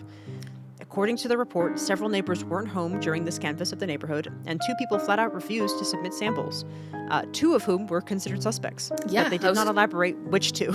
Well, they're so suspicious. We need to know so we can suspect them. Yeah. That's not my job to suspect them. And we're allowed to suspect from afar. Yeah. Unbiasedly. It's true. Suspect everybody. So they kind of hit the same wall that the police department did. There was, without any fresh leads, there wasn't much they could do. So after that, the Broaduses pitched an idea, and they basically were like, hey, prosecutor's office, would you consider trying out forensic genealogy? Love it. Exactly what they're trying to do with Ingrid's case. If you're not familiar, it's the process of comparing criminal DNA or like regular DNA gathered to an uploaded genetic database and see if there's like a familial match that you can help identify the suspect through a brother, a cousin, a sibling, a parent, a grandparent. Like if there's any sort of match, you can help narrow down the field. Yes. You know, like it's like Ancestry.com, like all of those, like those big genetic databases will actually like take information, but it's a specific one where like you need to like give consent to have your DNA compared to it. It's considered a little controversial because not every database can be assessed. Consent is a big key in all of this, but you know, like some of them they're like, hey, are you willing to have your DNA submitted for criminal investigation? You know, it's up to you. Fair. It has been used on a lot of cold cases, and it has famously helped solve the Night Stalker Golden State Killer case. Yeah. So the prosecutor's office was like, no. Oh, We flat out refuse. why? It's never been done before, and they weren't about to know. The official justification was they couldn't justify using a very expensive technology on a case about a few letters, but they could be solving murders and sexual assaults. Then the Broaduses were like, we'll pay for it. Okay. And we'll pay for other cases too. Like, we will pay for this and like a bunch of other cases if you just help us. Okay. And the prosecutors was like, no. Sorry. Okay, that's suspicious as fuck. Yeah, I'm like, why? Who do you wouldn't know? Why wouldn't you? It's so weird. Not only do you have the option to help this, but you have the option to help other people too, and you're just like, nah, we're good. Yeah, like, we'll do it ourselves. And I'm like, why? That just doesn't sit right with me. Yeah, so as it currently stands, the case with the prosecutor's office is not active, but it's not closed. Oh, that's frustrating. Yeah. So, January 9th, 2019, Detective Leonard Lugo was demoted from lieutenant to patrol sergeant in the wake of a Union County Prosecutor's Office investigation into his involvement in the hit-and-run cover-up. I'm also kind of shocked that it took so long for any action to be taken, but them's just how it goes, I guess. I'm also shocked he wasn't just outright fired, but also not that shocked. Yeah, it sounds like Westfield's got some police issues. Yeah. So, finally, 5 years after the Broaduses purchased the home, on July 1st, 2019, Derek and Maria finally sold 657 Boulevard to Andrew and Allison Carr for $959,000. Wow. They took quite And I'm sure that they were like, good riddance, you stupid cursed house. Yeah. Wow. Yeah. So, the big question. Have the Carrs? Well, that's my next sentence. Oh, thank God. Thank God. She knows how my brain works. I do. So when the purchase went through, the Broaduses asked their real estate agent to pass a note to the Carrs. We wish you nothing but the peace and quiet that we once dreamed of in this house. They also sent a photo of the Watcher's handwriting in case any new letters showed up. As of this recording, on this day, no further letters have ever been sent. Though, there have been almost 60 calls to the police since the Carrs moved in. Interesting. So some of that is alarms getting tripped, not break-ins, but just alarms. There were a few EMT calls, but I don't think anything's directly related to the Watcher. I mean, it sounds like just dumb people looking for a piece of the case to take with them. People snooping around, you know, it's a very famous house. Yeah. And also, we don't know how old the Carrs are, so they might just be having health issues in general. Yeah. But yeah, I don't think, as of right now, no letters have been sent for sure, and I just don't think any of these 60 calls are directly related to the Watcher. So I guess the final major update of this case is that Netflix made good on that deal that they made. because on October 13th, 2022, The Watcher, starring Naomi Watts and Bobby Cannavale, premiered on Netflix. It is not a movie. It is instead a 7-part series produced by the American Horror Story creator Ryan Murphy. As I said at the beginning of part 1, it is a major dramatization of the events. It is not a verbatim, like, how everything played out. It is it plays like an episode of like Law and Order. And that's honestly, that's why I wanted to watch it. I really enjoy those kinds of shows. I wasn't watching it for the actual factual information, just more of the story. Because I like being scared, and I like those kind of stories. It's definitely uncomfy. Yeah, I think this story alone, the actual true story, is uncomfy enough. So I don't know why they felt like they needed to embellish or turn it up a notch at all, to be honest. This is perfectly creepy as is. So they did change the name of the characters. There are also now apparently secret passages in the house now that do not exist in the real house. Literally every neighbor is a suspect, and there is also a major tie to another famous Westfield case that I cleverly avoided talking about because that wasn't the focus for the episode. But Westfield, I did mention that the biggest crime that they had was the Trader Joe's roof collapsing. I lied. Oh. That was a lie. Westfield does have another major crime incident in the form of the John List murders. I don't know if you've heard of them. Not off the top of my head. To give a really brief synopsis, John List killed his wife, his mother, and his 3 kids, then goes on the run. It's a very important story for another episode, but this Watcher basically has this John List character who lived in 657 Boulevard and is also connected to why the Watcher is watching the house.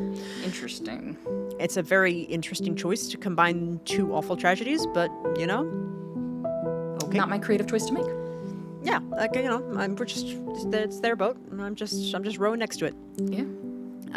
So once again, I've only seen the first episode, and I don't think the Watcher show is a bad show. Yeah. I can't fairly critique it. I don't know. But also it's very loosely based on the real case. It's not a true crime show. It's a stylized crime thriller. So the show is not going to give you any answers. If you're looking for more answers on this, the show will not provide them. If anything, it will just give you more questions, or it will mislead you. Yeah. Which is great that you avoided to watch it before this episode came out. Yeah. I didn't want it to influence. I didn't want influence. Smart. I also bring up the show because I know what you're thinking. So the Broaduses did sell the rights to the story, to the show. So obviously they made a killing, right? And that was part of the ploy, and it really could have been them. Yeah. And that is definitely the belief in Westfield. Every person interviewed believes that the Netflix series more than compensated the Broaduses for their all the financial bullshit that they went through. And it's actually common speculation that the Broaduses made close to $10 million from the show. I mean, it's a crazy thing that happened to them. I still don't think this was a hoax, personally. Well, in reality, the money that they did make from the show wasn't even enough to cover the losses the house caused them. They did not make $10 million. They didn't even make $3 million. Yeah. Well, Netflix, what the heck? So, in 2018, when this case really blew up, every major film and TV producer wanted a piece of the Watcher pie. Some studios offered to buy the house just so they could use it as a film set. Oh, wow. The Broaduses from the beginning really did not want their trauma to be made into entertainment. They were like, absolutely the fuck not, and I totally get this. You remember, in 2016, Lifetime made a movie about them without permission. They just did it anyway. Yeah. And they just changed a couple of the details so they could get away with it. So I think what they did is they sold their rights to the story so they could have a little control over how they were depicted. Yeah. Because people were going to make a show anyway. They were going to make a movie anyway. So they might as well be able to control a little bit of how the story is made. Yeah, I respect that. Yeah, so they had 2 major clauses for the creation of the show. The first one was that they changed the names. So the family in the show are called the Brannocks, not the Broaduses. And that the actors that were cast had to look as little like the real family as possible. So, they don't look like the Broaduses. That's valid. I think these are totally, their names and their looks are the least relevant thing to the story as far as, I'm concerned. Save their privacy. We don't need to encroach on them any further. Yeah, give them some peace. Give them a little peace. They deserve that. They also said that they wouldn't mind if the fictional 657 Boulevard burned to the ground, because fuck that. Yeah. The Broaduses also refused to watch the show, saying they weren't keen to relive the story, and that's kind of where we stand in the timeline. It's that's what we got. That's where the reality is. Yeah. Well, that is a pretty unsatisfying ending, because as you know, I want answers, and I'm sure you do too. Well, it's not quite the ending, because I do have some more information, but that's kind of where the case is. Oh. So, I have a theory. Okay. I have a theory to talk about. I have, just some theories. Please share your theory. One theory that came out after like all of the thing blew up actually came from a Westfield teacher. So a teacher out at one of the Westfield schools was like, hey guys, like I don't know if this is relevant, but something weird happened. Oh. So according to this teacher, there was a man called Robert Kaplow who taught English 2 towns over from Westfield. So not in Westfield, but like close to Westfield. Yeah. On top of teaching, he was a notable writer and performed little comic skits on the National Public Radio under the name Mo Moskowitz, with a group called Mo Moskowitz and the Punsters. Okay. So, it's like a improv comedy kind of group. Mm-hmm. He also wrote a book in 2003 called Me and Orson Welles, which was later adapted into a movie. So Kaplow grew up in Westfield in the 1960s. Westfield remains for me the geography of my youth, Kaplow said in a 2009 interview. I'm still very drawn to the place. So while Kaplow was teaching, he would tell his students about a house in Westfield, which had struck Kaplow's fancy. Some might call it a fascination. Some might call it an obsession. Oh. So he had started sending letters to this house. Not the occupants, but the house. And in some reports, he had sent over 50 letters in this time span. Huh. So Kaplow retired from teaching in 2014, the same year all of this kicked off. And even though Robert no longer lived in Westfield, his brother, Richard Kaplow, did. Huh. Richard actually lived half a block away from 657 Boulevard. And now if any of these names sound familiar, Richard Kaplow, I mentioned him earlier in the story, he was the Woods lawyer when they were being sued and countersued by the Broaduses. Yes. It's all coming together. So, Robert Kaplow, the lawyer's brother, was aware of these allegations, and sometime in 2020, some random user had edited his Wikipedia page detailing all the evidence against him. So they're basically like, yeah, it was him. Wow. There was a massive back and forth of like adding and removing and then re-adding all of this information. It went on for like a year. As of this recording, his Wikipedia is accusation-free, and it says he was just oddly fascinated with the case. Okay. So Kaplow openly admitted that he had indeed written letters to a house in Westfield, but the house in question was not 657 Boulevard. The house that he had become enamored with was an old Victorian-style home on the north side of town, and the letters were closer to love notes than creepy observations and I'm gonna lure your children to me. I mean, love letters to a house that you don't own is still borderline creepy, in my opinion. But it's weird that it happened twice, right? In the same town, it's very strange. Like 1,000 weird things can happen in Puerto Rico, but this feels chupacabra-y. Like This does feel a bit chupacabra-y, doesn't it? Yeah. So Kaplow did formally meet the owners of his love house. Oh God. And he was even allowed to house sit once, so he could spend some time with it. They could get alone. I would not let this man who's obsessed with my home stay in it while I'm not there. I would not even like entertain him coming up my lawn. I'd be like, please leave and never look at my house again.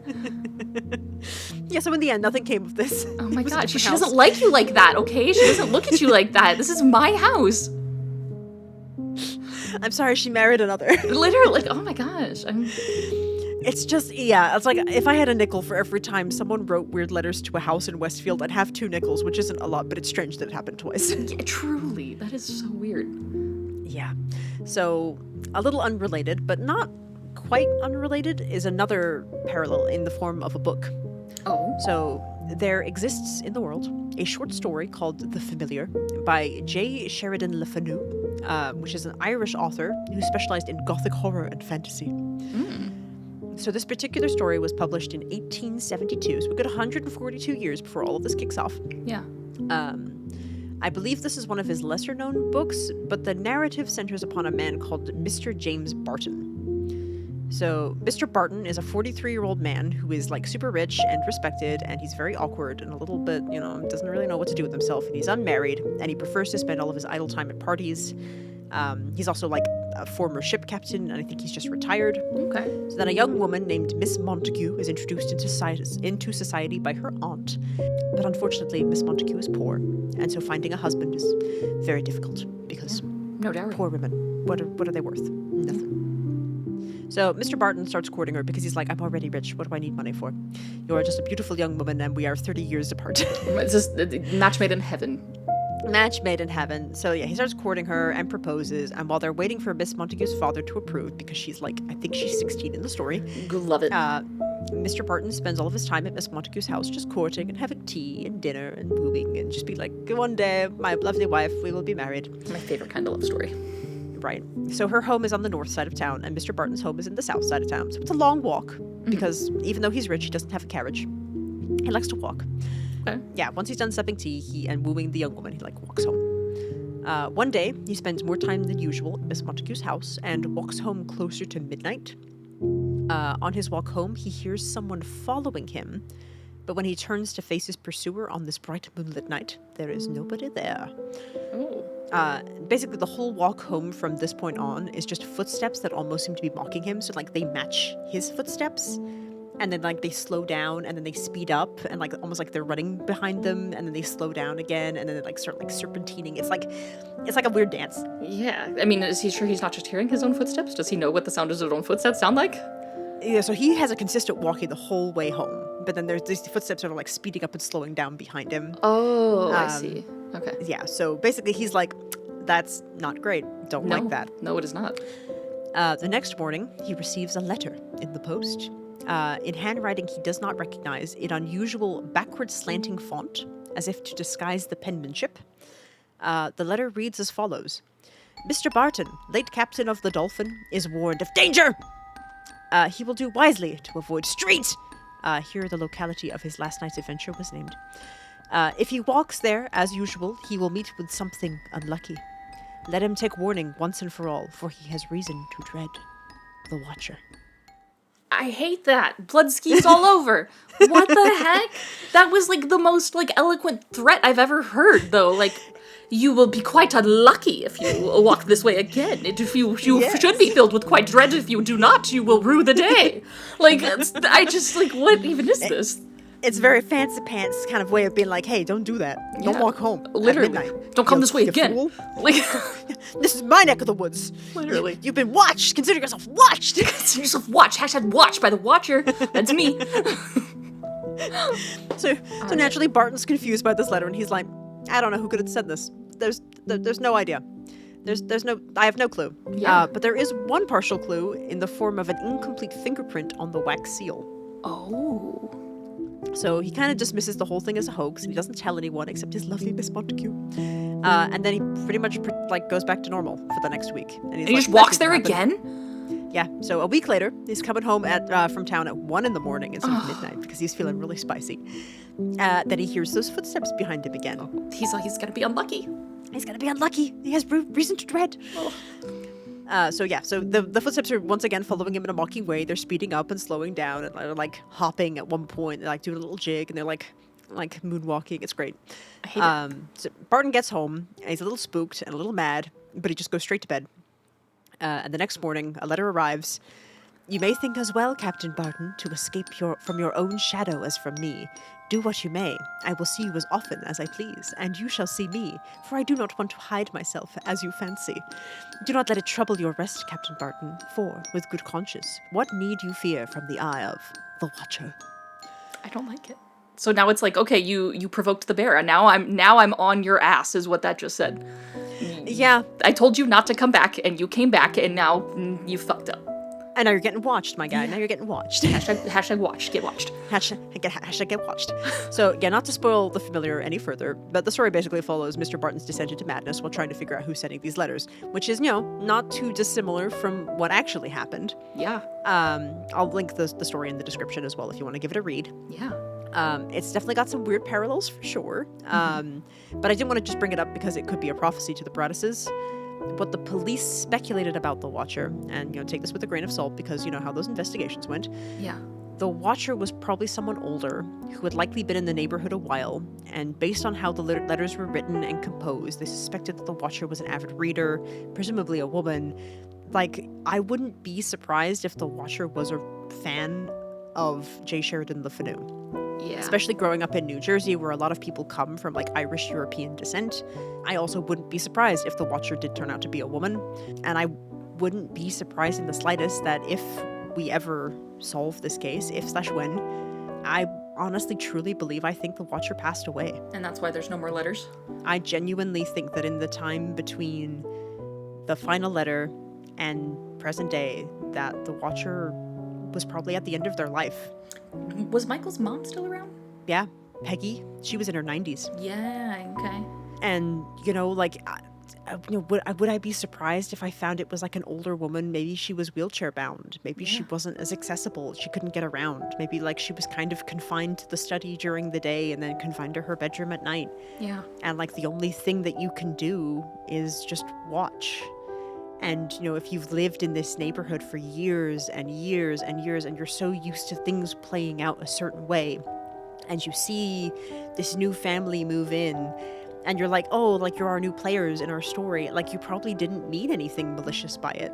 Like, do I think that the first letter meant to be malicious? Maybe not.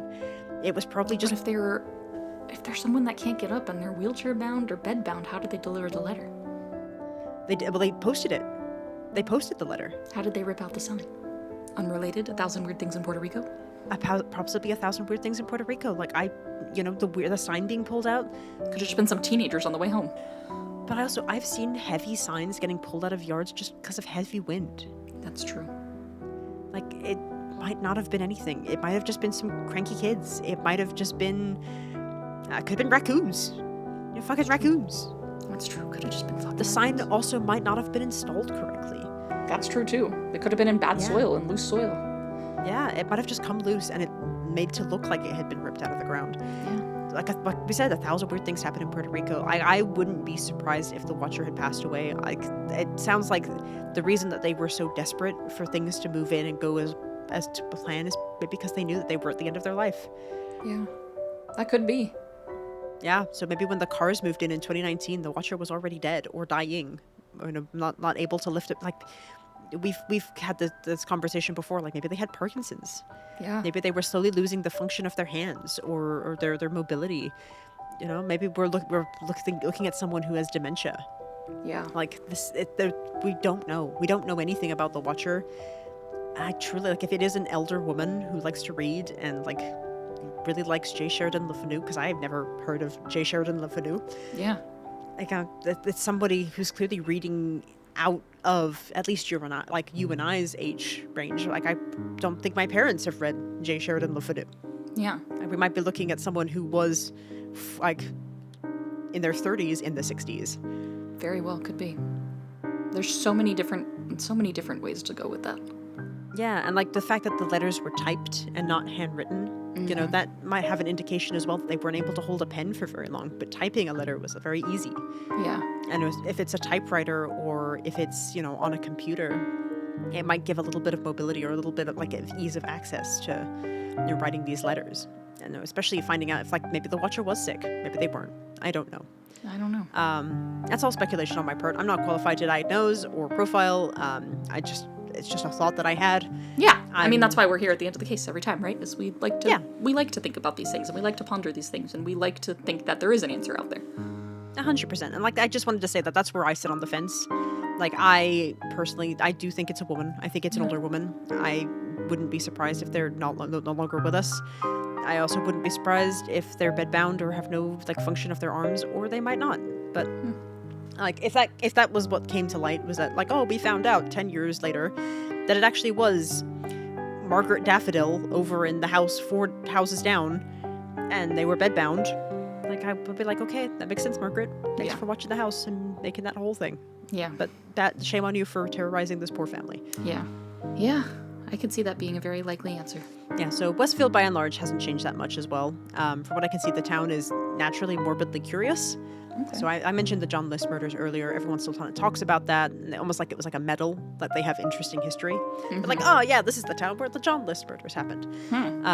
They also celebrate an annual Addams Family Festival, which is in honor of of Charles Addams, who was the creator of Addams Family. He was a Westfield native. Oh, interesting. So the Watcher story is kind of like living in that same vein. The problem here, though, is that the victims are still alive and they still live in Westfield. Yeah, that makes it very different. Yes. So like The Broaduses still live in Westfield. Their tormentor was never caught, and like now the town is like become like strangely fascinated with this this boogeyman type character. Yeah, it's part of their folklore, the town lore. Yeah, it's become a Halloween tradition to take photos in front of 657 Boulevard. Oh, wow. During a police chief swearing-in ceremony to replace the one that stepped down after like the hit and run. Mm-hmm. The new police chief started joking that the case was just another to add to the unsolved pile, and like everybody laughed about it. Wow. 2019, Westfield had a gingerbread house competition, and the winner was a model of 657 Boulevard, complete with the letters. That's kind of cruel. That's fucked up. Like, That's fucked up. Yeah. The like, family still lives here. yeah. Again, just too soon. Like you said, like, maybe one day when it's actually part of history, not, like, recent events. Yeah, like, can you imagine, like, doing this sort of thing with, like, the John List murders? Like, No. our winning gingerbread house was the rebuilt of the crime scene of the John List murders. It's like, no, that's, like, no. No. Incorrect. It feels a little icky. And I just, yeah, like, do they think that the Broaduses are fair game because, like, nothing technically happened other than, like, 2.5 years of, like, psychological torment? It must be. It must be that same psychological, like, reasoning that is behind, again, the attempted murder versus the actual murder. Like, there's just some weird thing with people where if the intent of this was not, like, fulfilled, then it's fine. And it's like, I just personally don't think so. Yeah. So, I don't know. yeah, I think everyone's got an opinion on it. The Broaduses were tormented, or they did it themselves, or they deserved it, or the Langfords did it, or this guy did it. It was an inside job. It was aliens, maybe. Every theory that could possibly exist Yeah. exists, and nobody has this info. Yeah. Like, the letters in their entirety have only been read by a select few. Yeah. They've still never been released. We don't know anything. Yeah. And I think there's a large issue with like we talk about this a little bit in your case, in Ingrid's case. Mm-hmm. Like, stalking as a crime, it's new. It's a new kind of crime. It's very elusive. Like, a lot of stalkers stay anonymous. Even if they do physically know their victims, like, they don't come forward as, it's me, John from Kmart. Yeah. Like, it's always like, my love, my dearest. Yeah. Like, I'm in love with you. Yeah. Let's get married. Purple Carnation's version of my love. Yes. There's often a lack of evidence because people either rip up the gifts or they throw them away because they don't want to be associated with them. Because you reject it, like you said, and you yeah. don't realize, like, it doesn't become something that you realize that you need to document until it's too late, usually. Like, that's the Yeah. shit part, is, like, you're too far in at the point that you're like, oh, I should have been documenting. Like, this is bad. Like, you don't realize that people are crazy. Like, the same that we talked about before with Ingrid. This person that was stalking her potentially could have been a client that just started on a very easy thing of like, hey, let me recommend you. Let me get your number to, give to a friend so they can contact you. Like, just small little things where it seems mundane at first and then it escalates. And it's the same thing here where there's the first letter and they did everything right. He goes to the police. He does everything he's supposed to do. Derek protects his family. He keeps his wife in the loop. And still somehow doing all the right things, you end up here and you still somehow are the bad guy. Yeah, and it's like, it's so difficult because like gifts and letters are sent anonymously. They're so hard to trace. Like, you need to be able to prove that the stalker intends harm, but like sometimes, like, how do you prove that when like the letters are like, I love you? Yeah. And like, I want to be with you. Like, that doesn't indicate harm. And it becomes violent after that's rejected. So it's like, okay, so you're asking me to like provoke this to make it worse, and then you'll help me.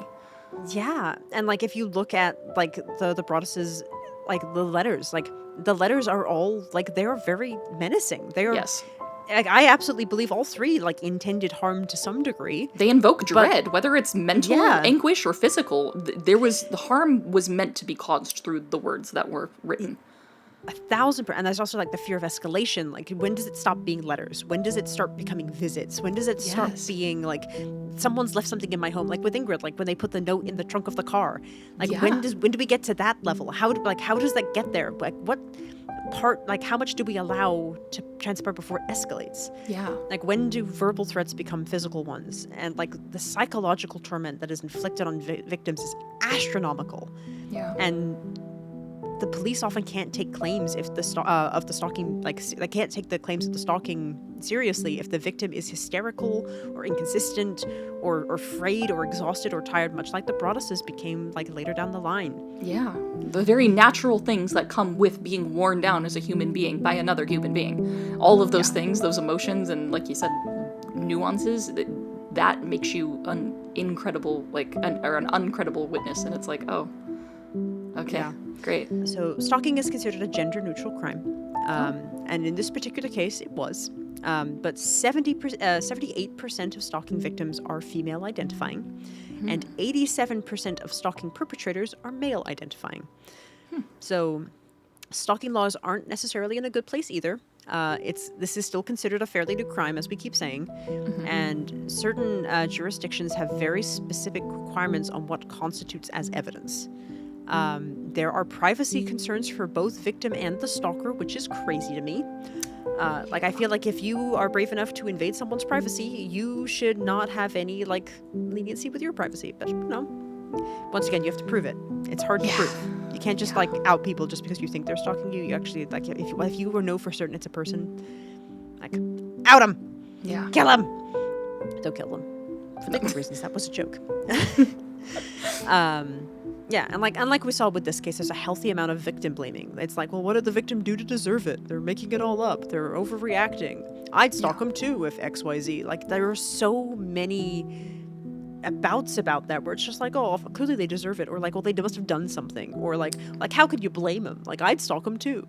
It's very gross. It's very gross. Not a good attitude to have. No, not to any kind of victim. No. Can you imagine doing that to like people who are victims of like murder or like rape or sexual assault? Like, it's so gross. Right, like you said, I would have like done this crime to them too had they done this, and it's just like, that is just a disgusting thing to say about anybody, any victim, for any reason. Like, what? Yeah, what an odd thing to say. Why would you do that?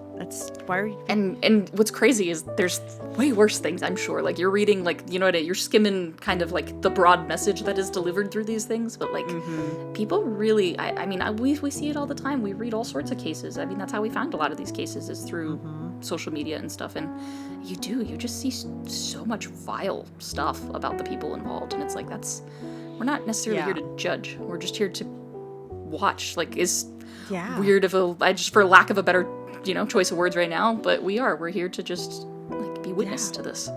Yeah, and I think it's about giving the victims the voices when they don't get it. When like things like this happen, you have to believe victims. Yeah. Like, listen to them. If someone comes up to you and says, "Hey, I think I'm being stalked," listen to them, help them, because this very quickly turns from a stalking to an attempted murder to a murder. It can very quickly turn around. It could end up as a kidnapping. There are so many ways that this crime turns into something much worse so quickly. Yeah. Ingrid is a great example of this.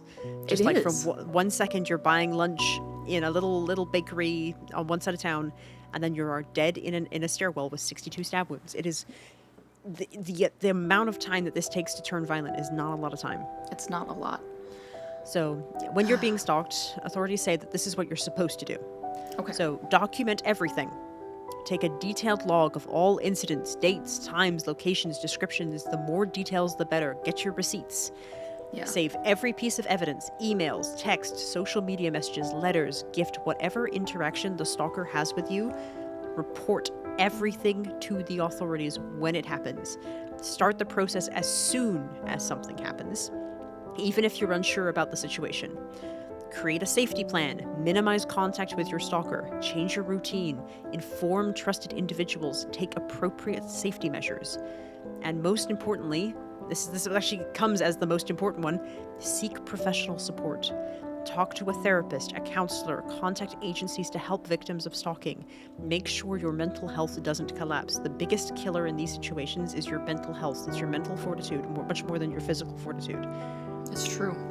And if you ask me, the Broaduses, according to this list, did everything correct. Yeah. And it wasn't enough. It wasn't enough. Like, the Watcher very well could still be out there.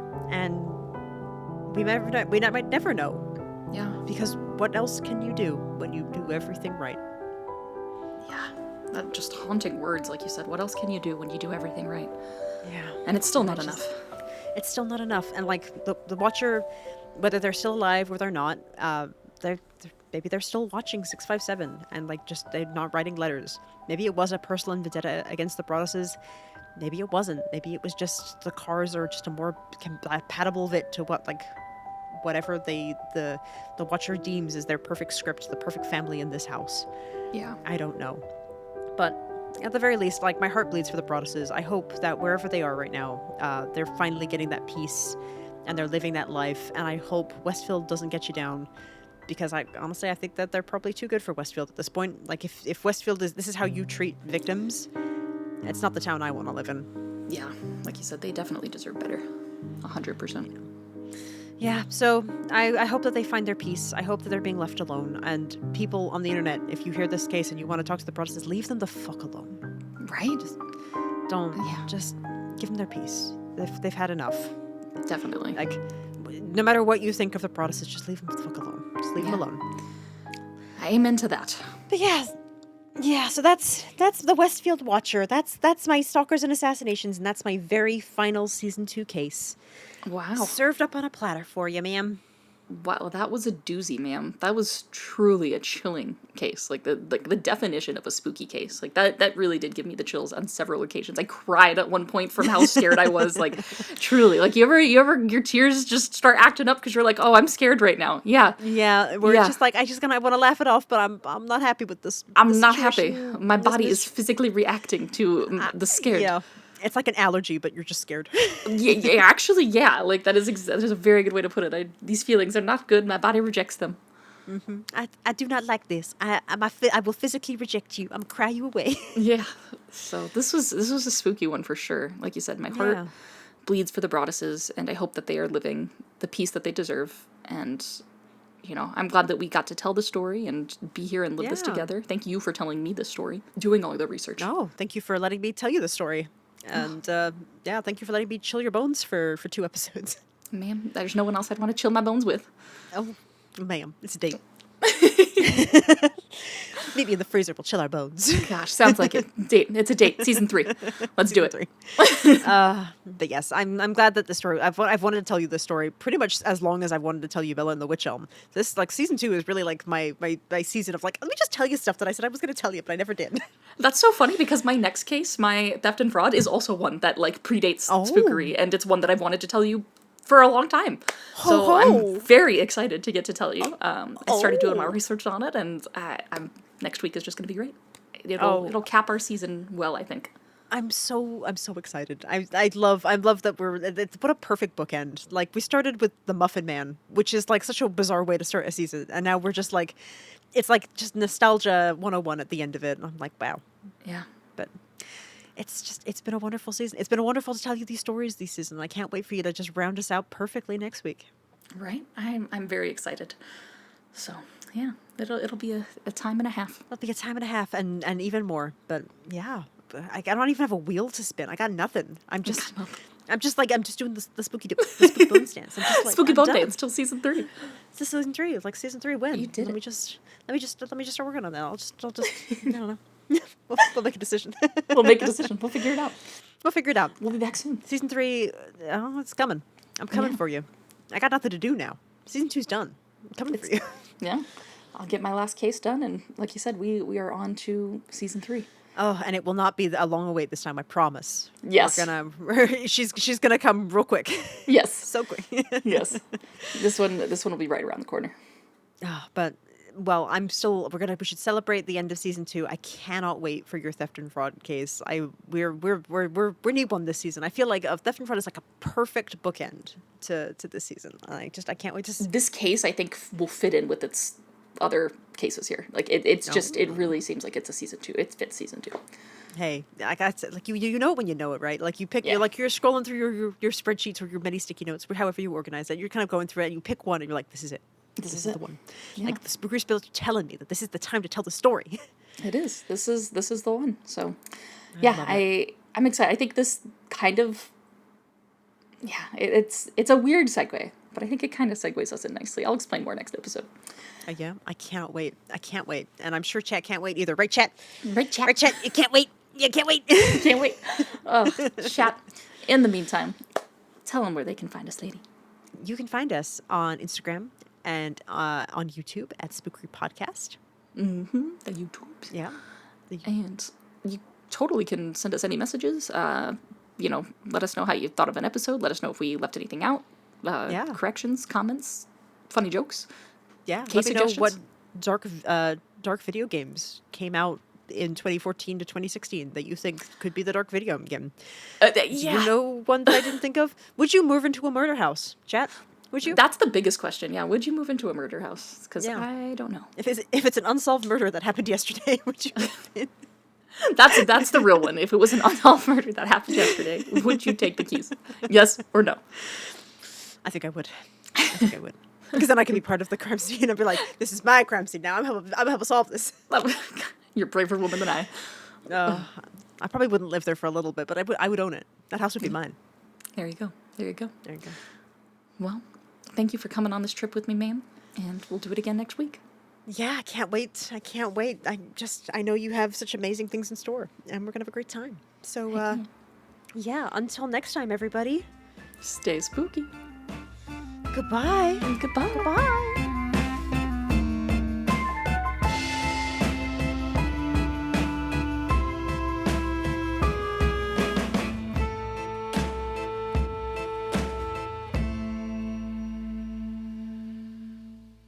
All right, where was I? The Broaduses. Oh yeah, so Broaduses. They had a house and they couldn't live in it. It was so sad. And it was so sad. So sad. Please edit this out.